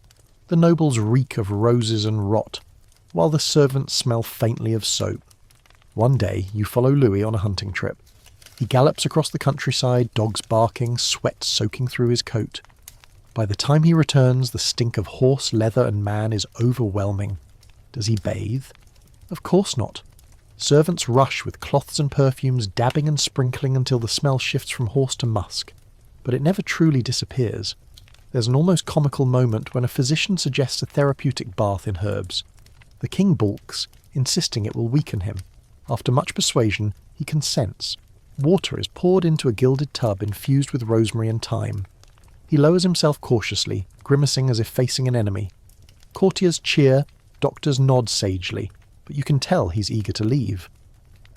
Minutes later he emerges, wrapped in towels, declaring himself refreshed, but swearing not to repeat the experiment too soon. The tub is drained, the herbs discarded, and the room reeks of dampness for days afterward. Perfume merchants thrive in this culture. They supply endless bottles of cologne, scented powders, and sachets. Grasse, in southern France, becomes the perfume capital, its fields of lavender and orange blossoms fueling the court's addiction. Without Versailles' stink, perfume might never have risen to such heights. Necessity birthed an empire of scent. And yet, the irony persists. For all the perfume, for all the rituals, nothing replaces water. Louis's teeth rot. His skin festers with boils, his breath grows foul. Perfume masks, but it cannot cure. Historians debate whether a little soap and water might have saved him some suffering. Perhaps. But in the culture of the time, to bathe was to risk death, and to stink was safer than to die clean. You step back into the gardens, grateful for fresh air. Behind you the palace glows with candlelight, its rooms perfumed to the rafters. Inside, the Sun King reclines, powdered and perfumed, convinced he is clean. Outside, the fountains splash, the flowers bloom, and you know the truth. Versailles was a palace that feared water, and so its king became a monarch of musk, a ruler of roses over sweat. This is the bathing taboo, the paradox at the heart of Louis XIV's court, a world terrified of cleanliness, drowning instead in perfume. You can almost hear the laughter of history, the most powerful man alive too scared to take a bath. The palace wakes with sound again. Violins tuning, bells chiming, servants clattering along corridors. Tonight, though, you're not following the rustle of gowns or the shuffle of chamber pots. Tonight you step straight into the living theatre of Versailles, where ceremony is constant and sweat is unavoidable. You enter the Hall of Mirrors at dusk when chandeliers blaze with hundreds of candles. Courtiers stand in their finest, layers of silk and brocade glowing under the flickering light. The smell hits you before the music does. Wax melting, perfumes blooming, bodies already heating under heavy clothes. As the musicians begin, the Sun King himself steps into the hall, commanding attention with every stride. His presence is perfume, and power rolled into one. But here's the truth. Ceremony meant constant physical exertion, and physical exertion meant sweat. In an age terrified of bathing, sweat wasn't washed away. It was layered with more powder and perfume. Imagine a room packed with hundreds of people, all dancing, bowing, whispering and strutting. By the end of an evening, the air is thick enough to chew. One mainstream historical fact: Versailles was built not just as a palace, but as a stage where every gesture of Louis XIV was ritualized.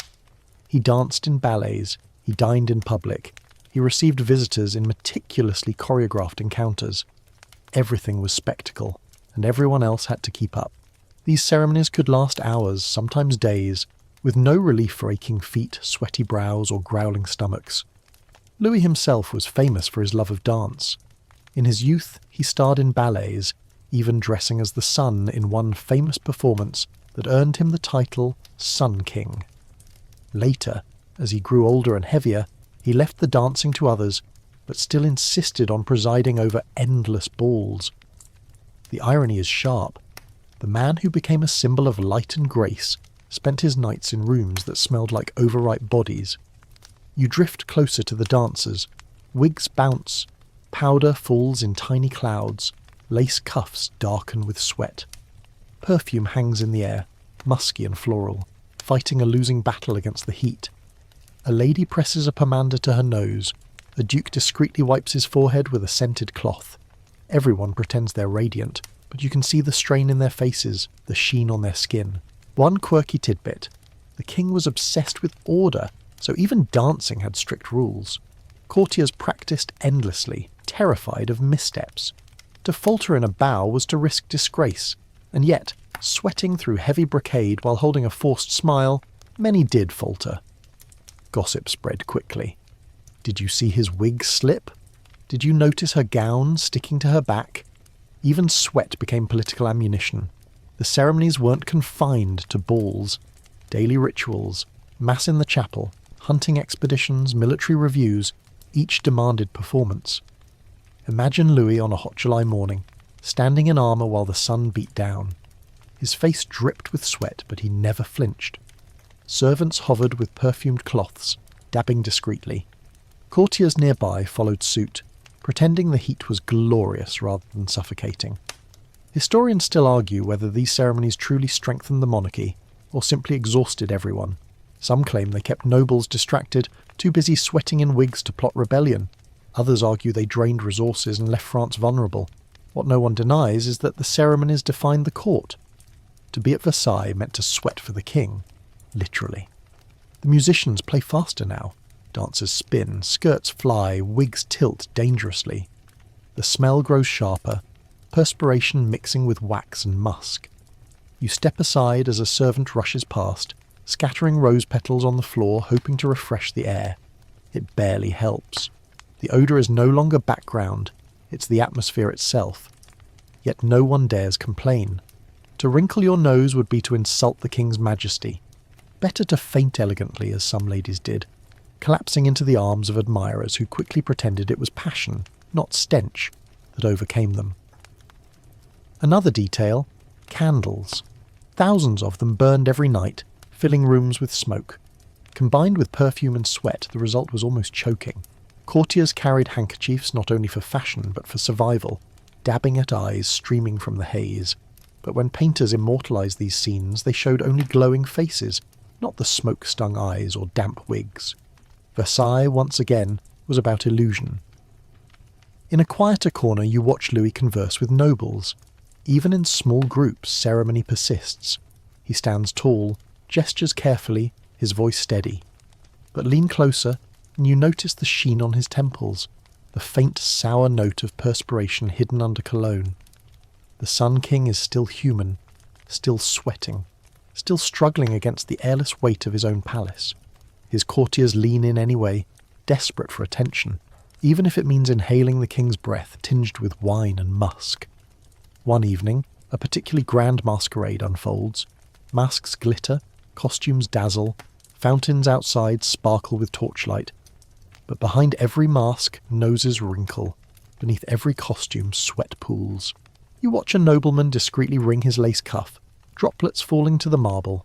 His partner spritzes more perfume onto her chest, the liquid dripping down into her corset. They laugh, they flirt, they bow, but they smell like everyone else. A blend of roses and rot. And still, Versailles thrives. Because here, ceremony is stronger than smell. Appearances matter more than comfort. If you sweat, you perfume yourself more. If the air is suffocating, you smile brighter. The stink is part of the sacrifice, proof that you belong. The scholarly debate lingers in your mind. Was Louis's obsession with ceremony genius or folly? Did he enslave nobles with spectacle or simply drown them in sweat? You suspect the truth is both. But as you stand in the Hall of Mirrors, candle smoke stinging your eyes, perfume burning your throat, sweat dripping down your back, you realise the real genius was making people believe this was glorious. Midnight strikes, the music slows. Dancers bow, wigs sag, candles sputter. The smell is undeniable now. Bodies, wax, wine, and wilted flowers. Servants rush in with mops and incense, scrubbing, sprinkling, pretending they can erase it. But you know better. Versailles will smell like this again tomorrow, and the day after, and forever, as long as ceremony demands sweat and perfume in equal measure. You step outside into the night air, grateful for the cool breeze. Behind you, the palace glows, its ceremonies finished for the day. But the smell lingers in your hair, your clothes, your very breath. This is Versailles. Sweat, perfume and ceremony. A kingdom of illusion built on bodies that never truly stop stinking. The sun rises again over Versailles, and with it comes another tide of courtiers, servants, ambassadors, and petitioners, all pressing into the golden hive where power pulses. As you step back into the corridors, you notice something. The smell itself has become a kind of currency. Here, perfume and odour are not merely background. They are weapons, signals, and masks. Power at Versailles doesn't just look magnificent. It smells that way too, or at least it pretends to. From the very start of the day, courtiers compete to outscent each other. You drift past a group of dukes gathered in the king's antechamber. Each one reeks of a different concoction. One of jasmine and bergamot, another of musk and civet, another of sandalwood imported at shocking expense. The scents mingle into a fog so dense it makes your eyes water. The competition is clear. Whoever smells the richest proves his refinement, his loyalty to the king's courtly culture. To arrive with plain soap, or worse, no scent at all, would be unthinkable, a declaration of poverty or defiance. One mainstream historical fact. Perfume under Louis XIV wasn't just cosmetic, it was political. Entire industries in Paris and Grasse flourished under royal patronage, producing gloves, sachets, colognes and scented waters tailored for the court. Nobles bankrupted themselves on fragrance, because to smell plain was to be invisible. Smell was reputation. Smell was rank. Smell was power.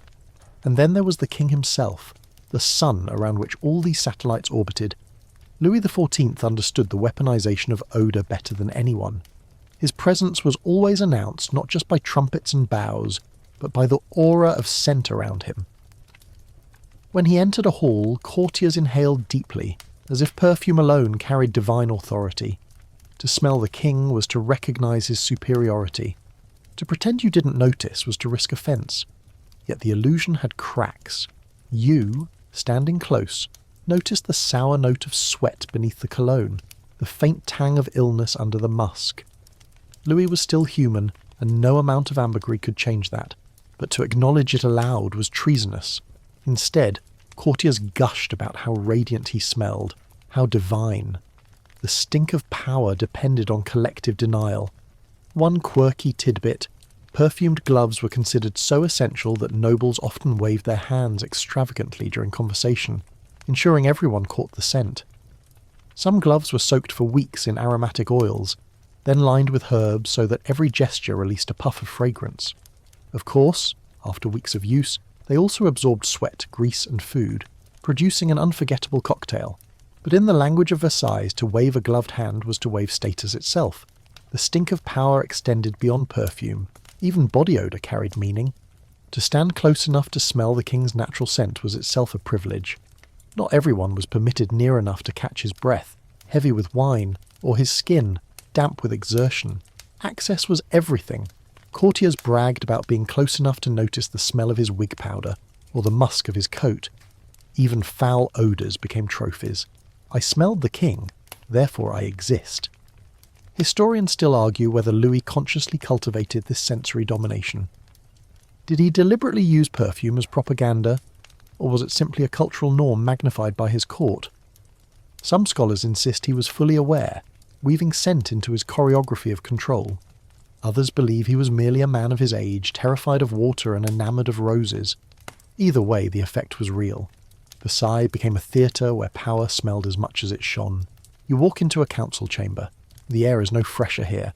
Candles drip, papers pile on tables, and courtiers sit shoulder to shoulder in heavy clothes. As discussions stretch for hours, sweat builds, tempers rise, and the scent grows thicker. A servant enters quietly with bowls of potpourri, setting them on windowsills to combat the miasma. They help only briefly. Soon the smell of lavender sachets is overwhelmed by the odour of anxious bodies. Still no one leaves. Power is in this room, and to endure the stink is to endure for influence. There's a darker side too. Rumours of stink could ruin reputations. If a courtier was mocked for smelling sour, it might mark him as careless, unfashionable, or even diseased.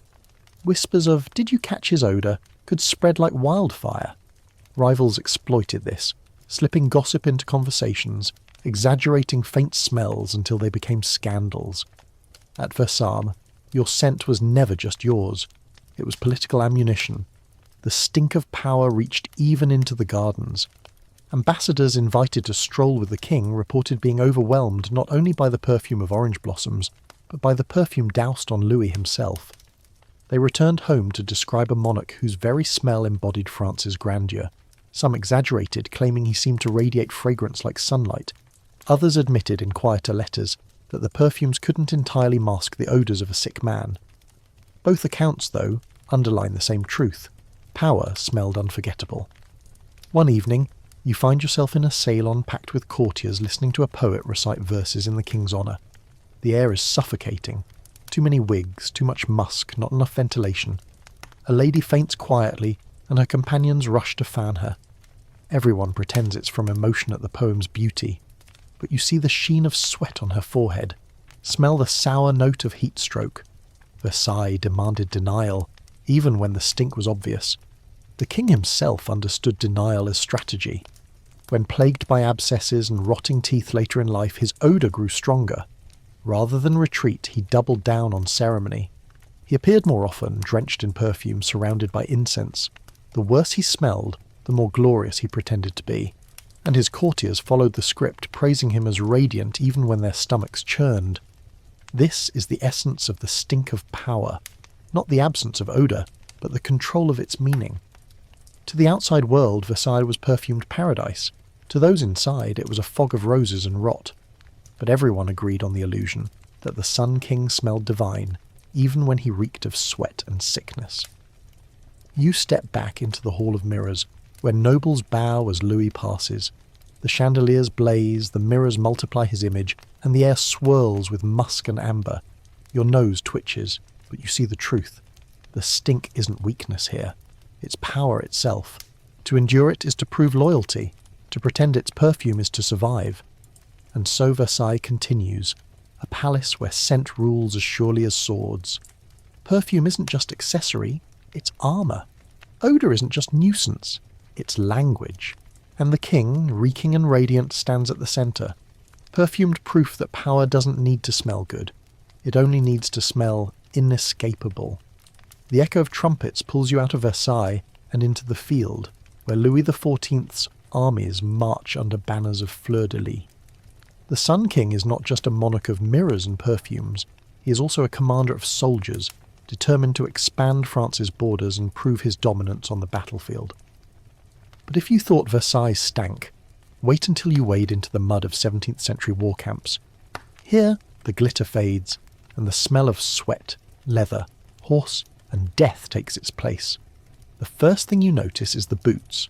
Stiff leather, worn from marching, soaked in mud and manure. Soldiers tramp endlessly, their boots caked with filth that never dries. Even Louis himself, when he visits the front, dons riding boots splattered with mud. The Sun King, so obsessed with appearances, cannot escape the smell of war. Damp leather, horse sweat, wet wool, and the sour odour of thousands of men crammed together. One mainstream historical fact: Louis XIV waged more wars than nearly any other monarch of his era. The War of Devolution, the Franco-Dutch War, the 9 Years' War, the War of the Spanish Succession. Decades of campaigns consumed much of his reign. He didn't always fight personally, but he visited camps and sieges to inspire troops and display royal presence. His soldiers adored the symbol, but they endured conditions he could barely imagine. You walk into a camp pitched near a besieged fortress. Tents stretch across a muddy field. Smoke from countless campfires curls into the sky. At first you catch the scent of roasting meat and bread. Soldiers always found a way to cook something, but within moments stronger smells dominate. Unwashed bodies after weeks on campaign, latrines dug shallow and already overflowing, horses stamping and sweating in their lines. The ground itself stinks, mud churned with manure and blood. Louis rides through the camp, powdered and perfumed even here, his entourage trailing a faint cloud of cologne. The contrast is absurd. One man glows like a court ballet, while the rest of the camp reeks of reality. Soldiers cheer anyway, lifting hats, shouting, "Vive le roi!" They don't mind his perfume. In fact, they relish it. It reminds them of home, of civilization, of the golden palace they fight for. To them, his fragrance is a promise that France, however filthy the present, still smells of glory. You step closer to the common soldiers' tents. Inside, the air is thick. Damp wool blankets never dry, and the smell of mildew clings to everything. Boots sit by the entrance, reeking of swamp water. Men huddle close, coughing, laughing, eating stew from battered bowls.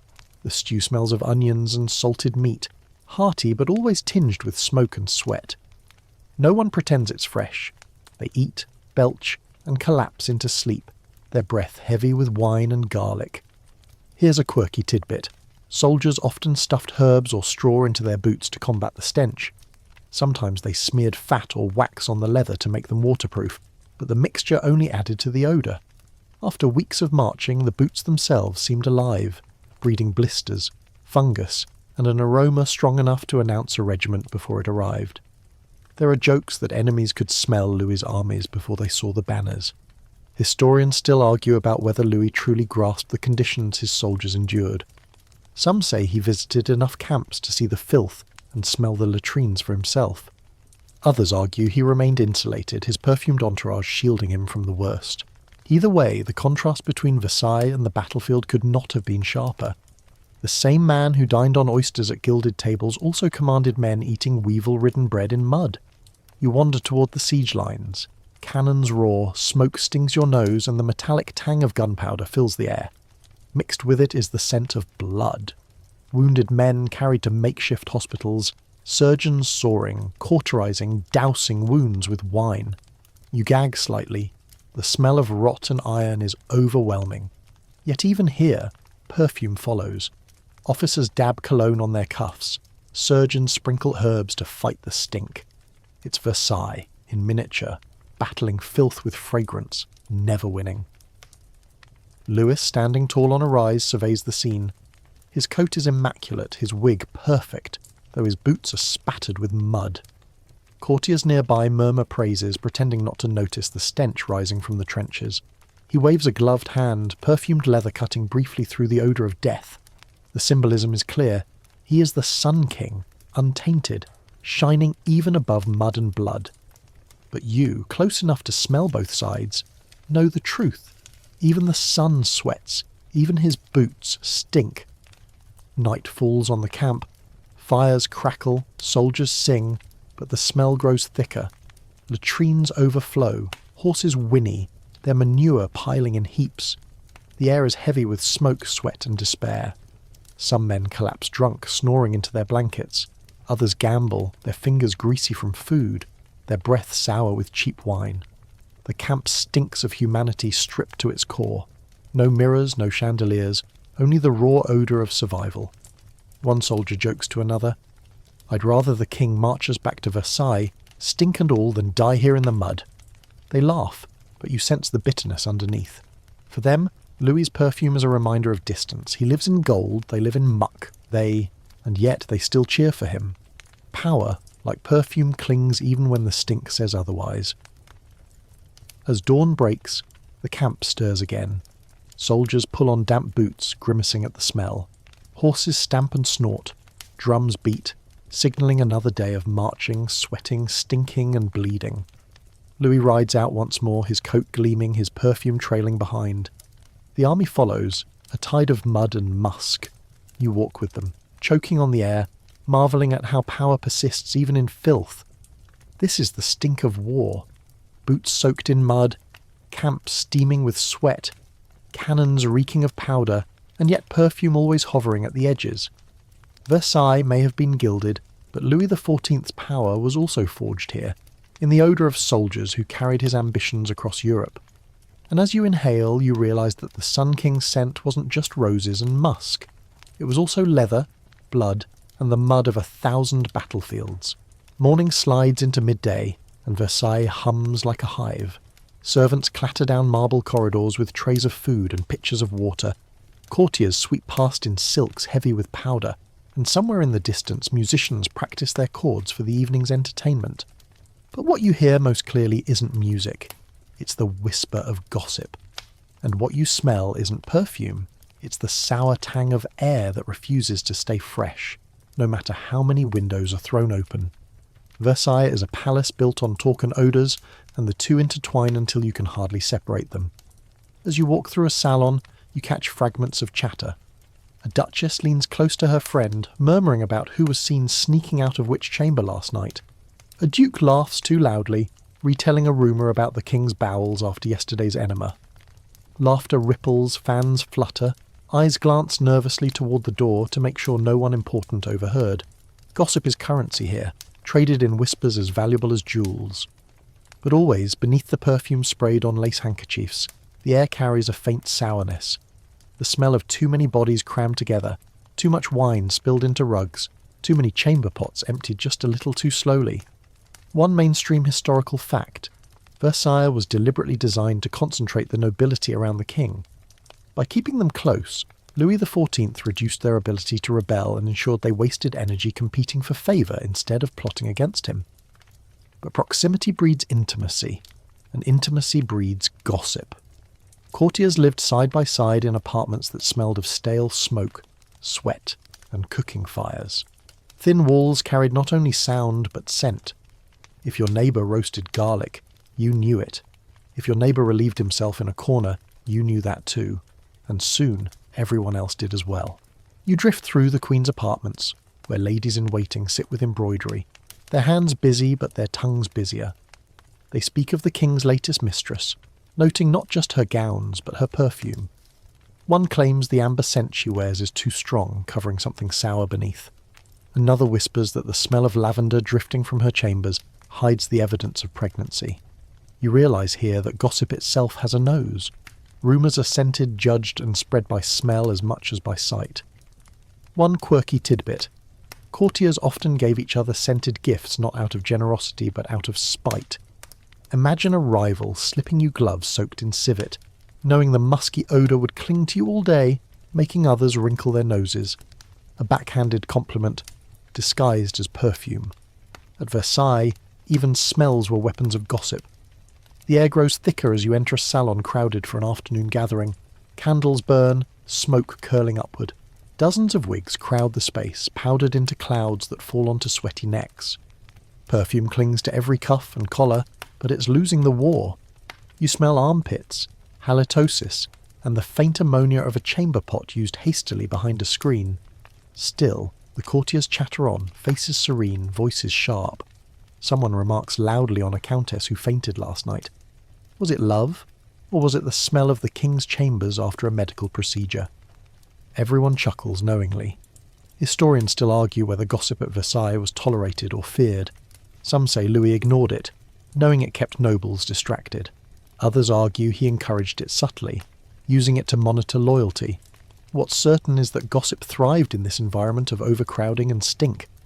In a palace where everyone smelled everyone else, secrets had no chance of staying hidden. You pass a group of young nobles lounging near a staircase. They whisper about the kitchens, laughing at how a rat scurried across the floor during yesterday's supper. One mimics the squeak, another fans his wig as if to waft the odour of grease still clinging to his coat. They laugh, but they also know, repeat such a story in the wrong ear and you'll be ruined. Gossip at Versailles is both entertainment and danger, sweet as wine and sharp as vinegar. The putrid air itself becomes a topic of gossip. Ambassadors complain about the smell in letters home and courtiers repeat their words mockingly. Did you hear? The English envoy said Versailles reeks like a fish market. They giggle, then glance around to be sure no one reports them. To acknowledge the stink too openly risks undermining the king's grandeur, and so gossip treads carefully, cloaked in humour, half denial, half truth. Even religion doesn't escape. In the chapel, incense smothers the air during Mass, thick enough to choke. Some courtiers whisper afterward that the incense is not for God but for the king's breath, which grows fouler by the year. Others insist the queen prays longer because the scent hides her tears. Jokes, rumours, slanders, they fill the air as densely as the smoke itself. You slip into a corridor lined with portraits. Two servants scrub at a stain on the floor, muttering quietly. They gossip too, voices lower but no less sharp. They speak of nobles who leave messes for others to clean, of chamber pots tipped carelessly, of perfumes so strong they make the maids dizzy. Servants spread gossip as quickly as nobles, carrying stories from one wing of the palace to another. Their noses catch truths the courtiers pretend not to smell. As evening falls, the salons grow louder, wine loosens tongues, and gossip grows bolder. A count boasts of smelling musk on the king's gloves, proof of a night with Madame de Montespan. A baroness swears she caught the odour of garlic on an ambassador's breath, proof of barbaric foreign taste. Every whiff becomes evidence, every scent a story. Versailles is a palace of rumour carried on perfume. Historians debate whether gossip undermined or strengthened Louis's rule. Some claim it bred cynicism, corroding the illusion of majesty. Others argue it bound the court together, giving them common stories to whisper while still orbiting the king. You, breathing in the sour air of a crowded salon, suspect both are true. Gossip was the pressure valve that let nobles endure the stink, the lies, the endless ceremonies. Without it, perhaps Versailles would have exploded in revolt sooner. Midnight comes. The air is unbearable now. Wine spilled, candles guttering, sweat clinging to silks. Courtiers lean in close, still whispering, still smiling, still pretending the stench doesn't matter. Behind the walls, chamber pots fill, servants curse, rats scurry. The gossip will continue tomorrow, and the air will smell just as foul. But for tonight, you step into the gardens for a breath of relief. Versailles is beautiful, yes. Versailles is powerful, yes. But Versailles is also a palace of gossip and putrid air, where every rumour smells as strongly as every rose. You exhale into the night, grateful for the breeze, knowing the stink will still be waiting when the doors open again. You return to the palace when the Sun King is no longer young, no longer radiant in his balletic leaps, but heavy, slowed, and betrayed by his own body. Versailles still gleams. The mirrors still multiply his image. The courtiers still bow and perfume themselves, but the air has changed. Now it carries something darker, more intimate, the scent of decay. The king's body, once the stage of power, has become its battlefield, and you, stepping close, can smell every defeat. Louis XIV lived into his 70s, an astonishing age for the 17th century. One mainstream historical fact: his reign lasted 72 years, the longest of any European monarch at the time. Yet longevity came at a price. Decades of indulgence, constant medical treatments, and untreated conditions wore him down. His teeth rotted, his gums abscessed, his breath soured.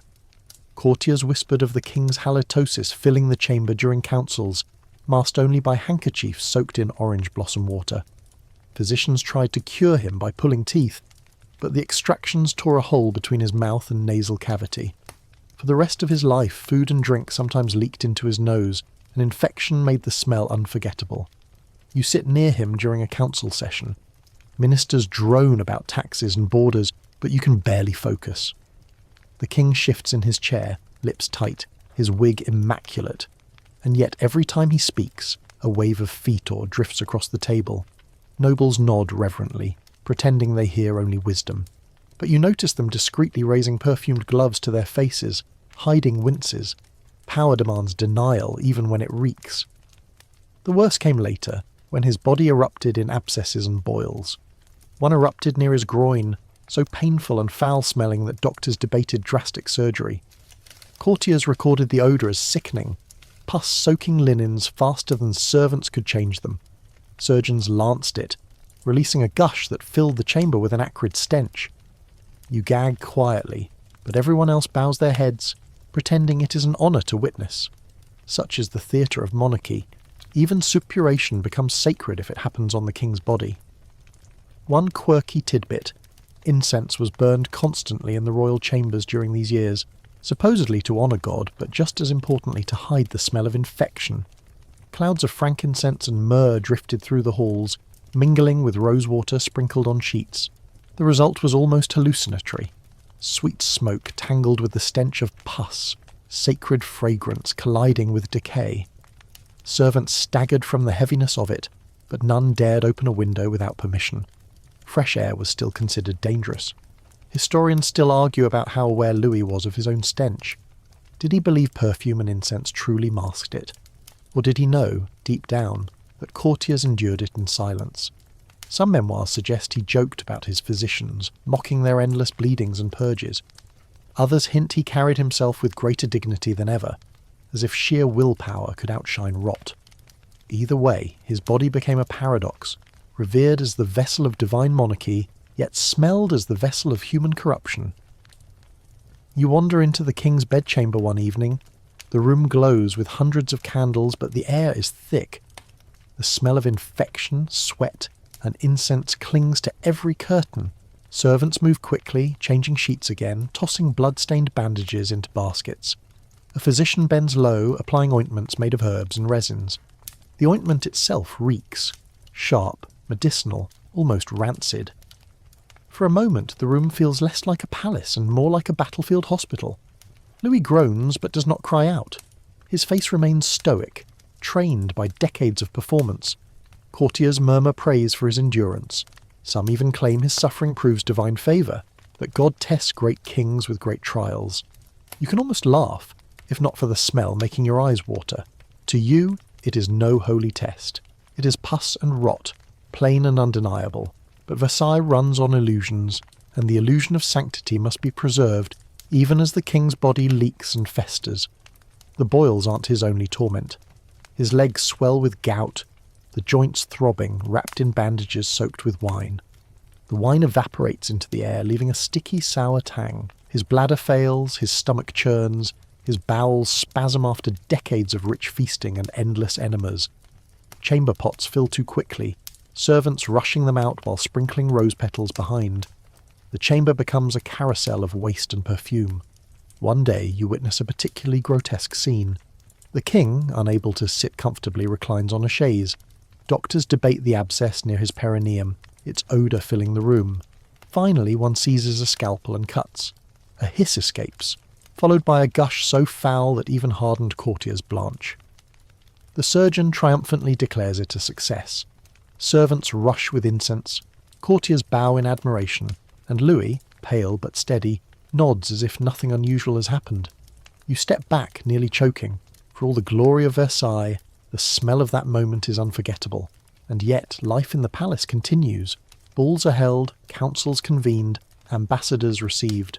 Louis appears in public, his wig high, his coat glittering, his face powdered. Perfume clings to him like armour. From a distance, he is still the Sun King.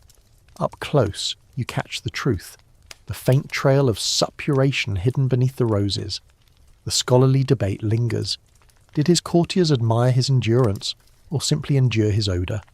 Some memoirs insist nobles were sincerely devoted, willing to overlook anything. Others hint that whispers spread, that jokes about the king's smell circulated in private. Perhaps both are true, but in public no one dared wrinkle a nose. To admit the king stank was to admit the monarchy itself was flawed. Better to cough discreetly and praise his divine light. You slip into the gardens at dusk. The fountains sparkle, roses bloom, the air smells fresh again. For a moment you forget the chamber of suppuration. But the memory lingers, clinging like perfume, the smell of rot beneath gold, the reality beneath illusion. Louis XIV's late body was not the radiant sun, but a decaying star, leaking pus and perfumed with desperation. And yet he remained king. Versailles remained glorious. Courtiers still bowed, even as their noses burned. Because here, power always smelled stronger than truth. The palace is hushed now. You step through shadowed corridors where candles burn lower, where courtiers whisper not in gossip but in dread. The Sun King, who once strode through mirrored halls radiant with perfume and ceremony, lies dying. Versailles still gleams outwardly, but inside the king's bedchamber the truth is inescapable.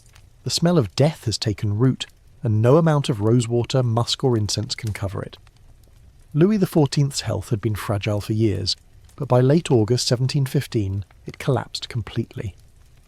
One mainstream historical fact: he suffered from gangrene in his leg, likely caused by poor circulation and years of untreated ailments. It began as pain, then swelling, then blackened flesh that spread upward despite the efforts of physicians. In a time without antibiotics, gangrene meant decay, living flesh rotting while its owner still breathed. And you, standing near the foot of his massive state bed, can smell it. The chamber reeks of corruption. At first it's subtle, a faint sourness like meat gone bad, but as the days pass it grows overwhelming. The gangrenous leg seeps pus, the bandages damp and quickly saturated. Servants change them constantly, but the odour fills the air again within minutes. Doctors hover, sprinkling perfumes, burning incense, even applying poultices of herbs and wine. The wine sizzles on contact with the wound, releasing a sharp, acrid stench that mixes with rot. You gag quietly into your sleeve, but the courtiers around you keep their faces serene. To admit disgust would be disloyalty. Louis himself endures it with astonishing composure. He calls for confession, for prayers, for courtiers to attend him. His body is falling apart, but his performance continues. He speaks of duty, of legacy, even as the smell of his own decay betrays him. Historians still argue whether his stoicism was genuine faith or cultivated image. Some claim he truly believed himself chosen by God, strengthened by divine purpose. Others suggest he simply could not bear to let the illusion crack, even in death. Either way, he holds court from his bed, wrapped in stench and ceremony. One quirky tidbit: the doctors tried to combat the odour by dousing the chamber with vinegar fumes, believing it purified the air. They burned great quantities of incense, until the room looked like a smoky chapel. Courtiers stumbled out coughing, eyes watering, wigs dusted with ash. Yet the smell of death still pushed through, heavier than any perfume. One chronicler wrote that you could smell the king before you saw him. The rituals of monarchy persisted. Each morning nobles crowded the chamber for a truncated version of the lever, watching the dying king endure dressing and prayers. His leg, now black and stiff, emitted a stench so strong that even seasoned attendants faltered. Servants hurried with rosewater, splashing it on sheets, curtains, even the floor. The air became a swamp of conflicting smells: rot, roses, frankincense, musk. You breathe it in until your head swims, the dizziness half from odour, half from awe, that illusion still holds sway. Outside the chamber, gossip spreads like wildfire, carried by noses as much as tongues. Courtiers whisper that the stink is unbearable, that God himself has abandoned the king. Others insist the smell proves his holiness, that he suffers in his body so his soul may ascend purified. Such is the strange alchemy of Versailles. Even gangrene can be spun into theology, if the story demands it. The king weakens, his voice grows faint, his face hollow, yet he still summons his 5-year-old great-grandson, the future Louis XV, to his bedside. He advises him, "Do not imitate me in my love of building, or in my love of war. Live in peace with your neighbours, relieve the people, the courtiers weep, though the smell makes their eyes water regardless." You realise this is the final performance of the Sun King. Advice cloaked in rot, perfume and tears. The days drag. The smell grows unbearable. Curtains are soaked in vinegar. Floors scrubbed with herbs. Air freshened with burning juniper. None of it matters. Death is stronger than perfume. By the end, the chamber is a fog of incense so thick you can hardly see the bed. But your nose cuts through it, always finding the same truth. The reek of a body dissolving while still alive. On September 1st, 1715, Louis XIV dies. His courtiers collapse in grief, priests chant prayers, servants rush to prepare the body. But death does not end the odour, it multiplies it. The body, already gangrenous, begins to swell and leak. Embalmers arrive, armed with knives and spices. They cut open the corpse, releasing a wave of stench so powerful that some attendants retch and flee. The embalming process involves wine, herbs and resin, but the result is only partly successful. Even in death, Louis resists masking. His body smells as stubbornly as his reign. One servant mutters as he scrubs the chamber floor, "He ruled us with perfume and left us with stink." You almost laugh, but the truth is too heavy. Versailles still gleams outside, fountains sparkle, courtiers bustle, but inside the Sun King's final legacy lingers in the air. Roses and rot, incense and infection. Historians still argue about the symbolism of his deathbed. Was it a fitting metaphor for a reign that glittered while rotting underneath? Was it a divine punishment for pride, or simply the fate of a man who lived too long in an age without medicine? Perhaps both.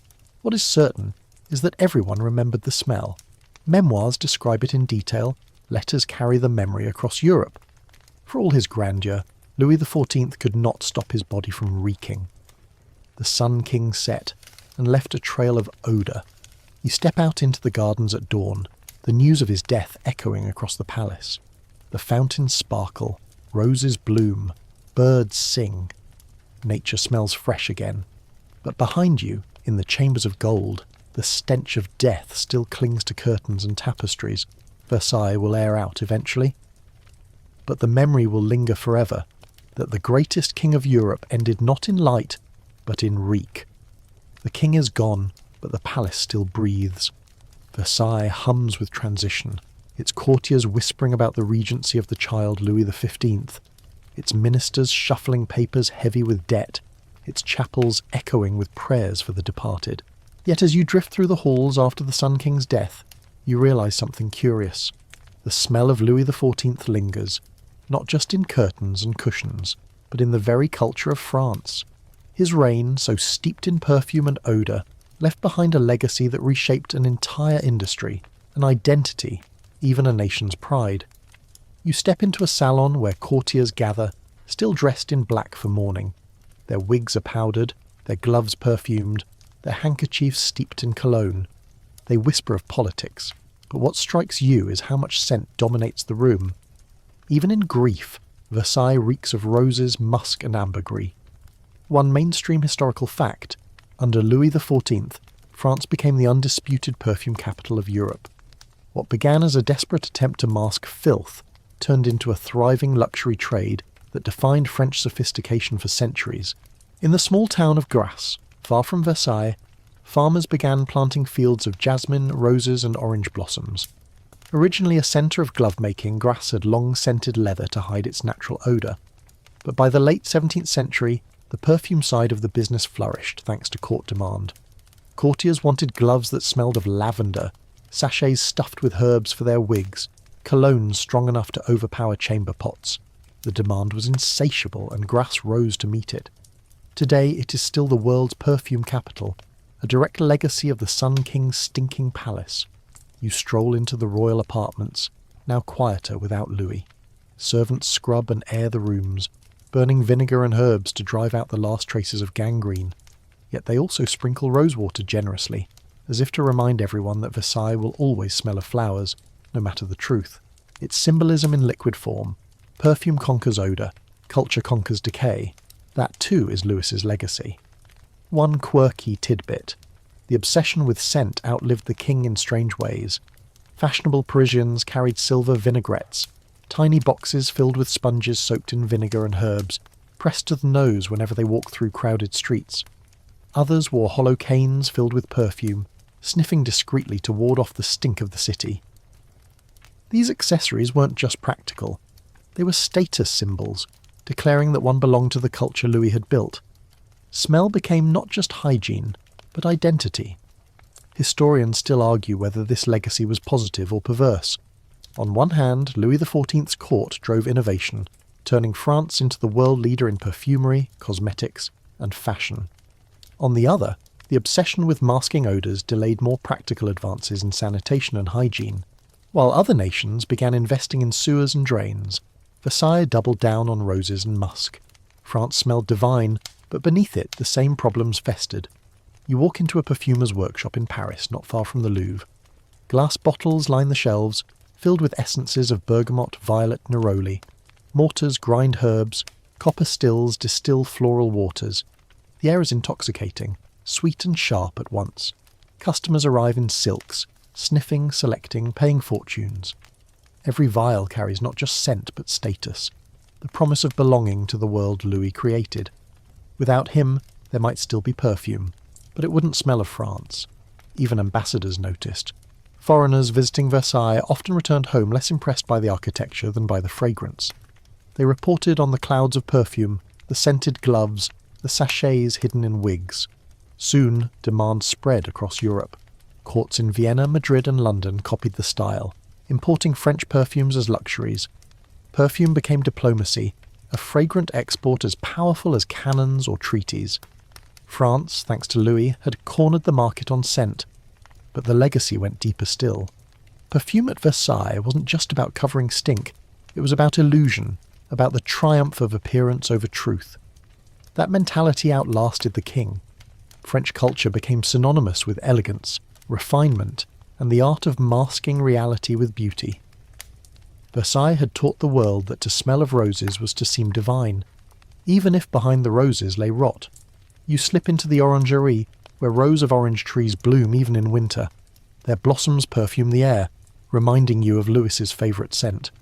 Visitors admire the flowers, unaware that chamber pots were sometimes emptied nearby, their contents quickly buried. That paradox, the beauty of blossoms over the stink of waste, became the essence of his reign, and now the essence of his legacy. The orangery still smells sweet, but if you dig beneath the soil, you know what lingers.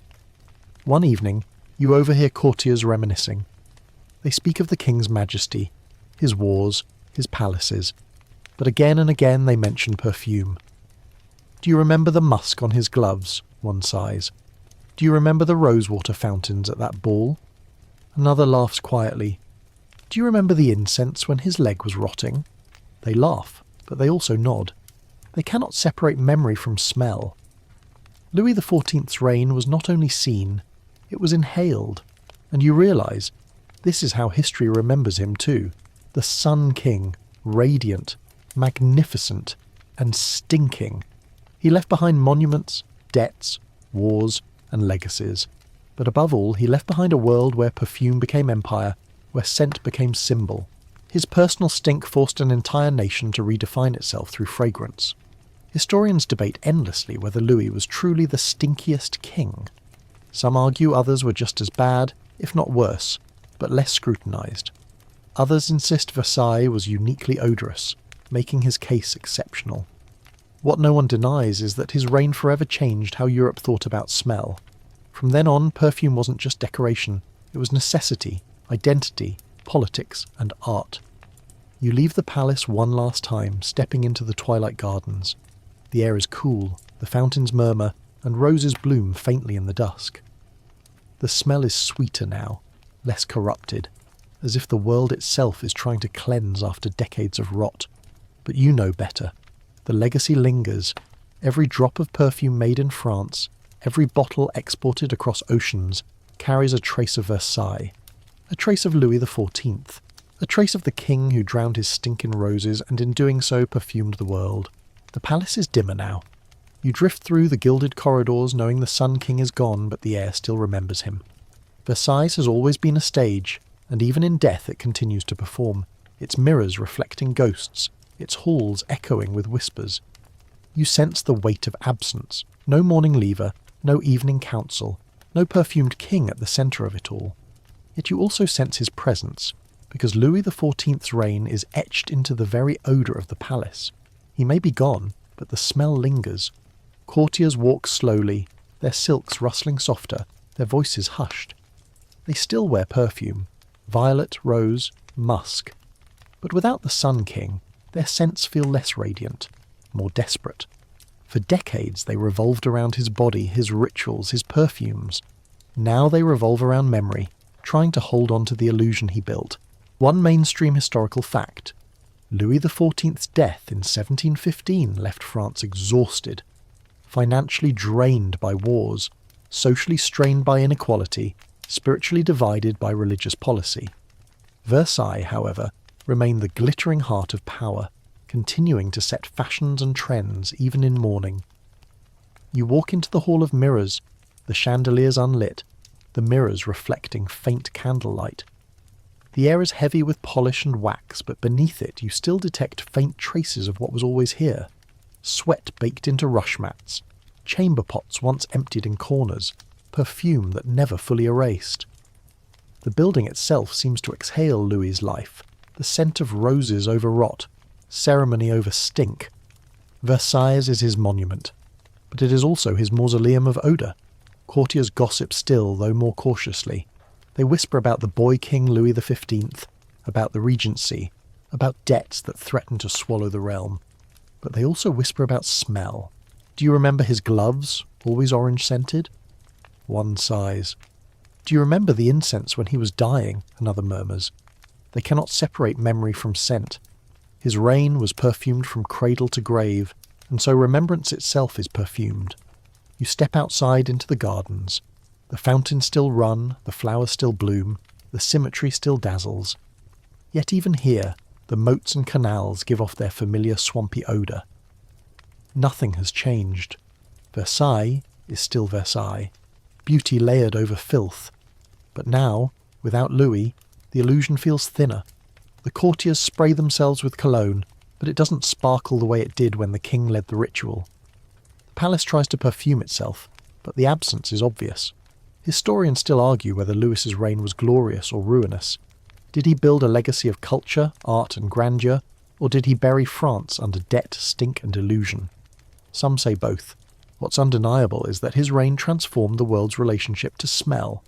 Perfume became not just a mask but a language, a currency, a weapon, and the stink he tried so hard to hide, of sweat, waste, sickness and death, became part of his legend.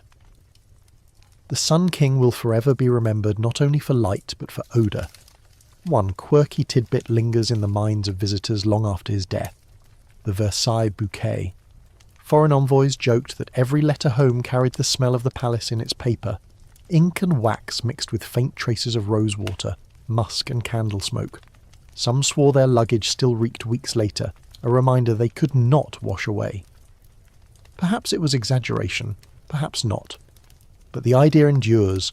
To have visited Versailles was to carry its smell forever.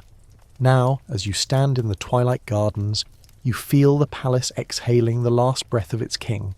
The sun has set, but the warmth of its rays lingers on the stones, just as the odour of his reign lingers in the walls. Louis XIV is gone, yet Versailles will never be scentless. The perfume of roses and the stench of waste, the incense of devotion and the rot of infection, they are woven into its marble as tightly as gold leaf and mirror glass. And as the night deepens, you realise This is the final paradox of the Stinkiest Sun King. He spent his life trying to drown odour in perfume, to deny decay with ritual, to cover humanity with illusion. He succeeded so well that France became the perfume capital of the world, and yet his stink, his sweat, his rot, his deathbed reek became just as legendary. His light faded, but his smell endures. Versailles is his monument, not only in sight but in scent. So you walk slowly back through the palace one last time, past chambers once filled with laughter and musk, past salons where gossip and halitosis mingled, past ballrooms where sweat dripped onto marble, past chapels where incense masked sickness, past his bedchamber where gangrene perfumed the air, and finally out into the gardens where roses still bloom above moats that stink. Louis XIV, the Sun King, the perfumed monarch, the stinkiest king of Europe, has set. But his odour, like his legacy, lingers. Now the mirrors dim, the fountains hush, and the last traces of candle smoke curl away. The palace softens into shadow, and your steps slow with it. You've wandered through golden halls and airless chambers, through gardens of roses and moats of rot, through banquets dripping with grease and sick rooms heavy with incense. And now, at last, it's time to set it all gently down. Breathe slowly. Let the noise of Versailles fade into silence. Picture the palace from afar, its windows glowing faintly like embers after a fire. Imagine the perfumes, the musk, the roses, all dispersing into the night air until only a whisper remains. The stink of power, of sweat and sickness drifts away too, leaving only memory. Every reign, no matter how radiant, fades. The Sun King has set. What endures is not his battles or his debts, not even his grand mirrors, but the story, the strange, unforgettable story of a man who tried to perfume his way past mortality. And in telling it, you've breathed in the whole of Versailles, roses and rot alike. Now let it go. Rest in the calm beyond the spectacle. Let your mind ease from golden rooms into the quiet of your own night. Perhaps the only fragrance left is the faintest trace of lavender on the air, soft enough to lull you. So close your eyes, loosen your breath, and let the palace drift away. Versailles belongs to the past now, its odours locked in history. You've walked through it, smelled it, endured it, and survived what many at the time could not. Sweet dreams, traveller. The Sun King may be gone, but your night is yours, quiet and clean.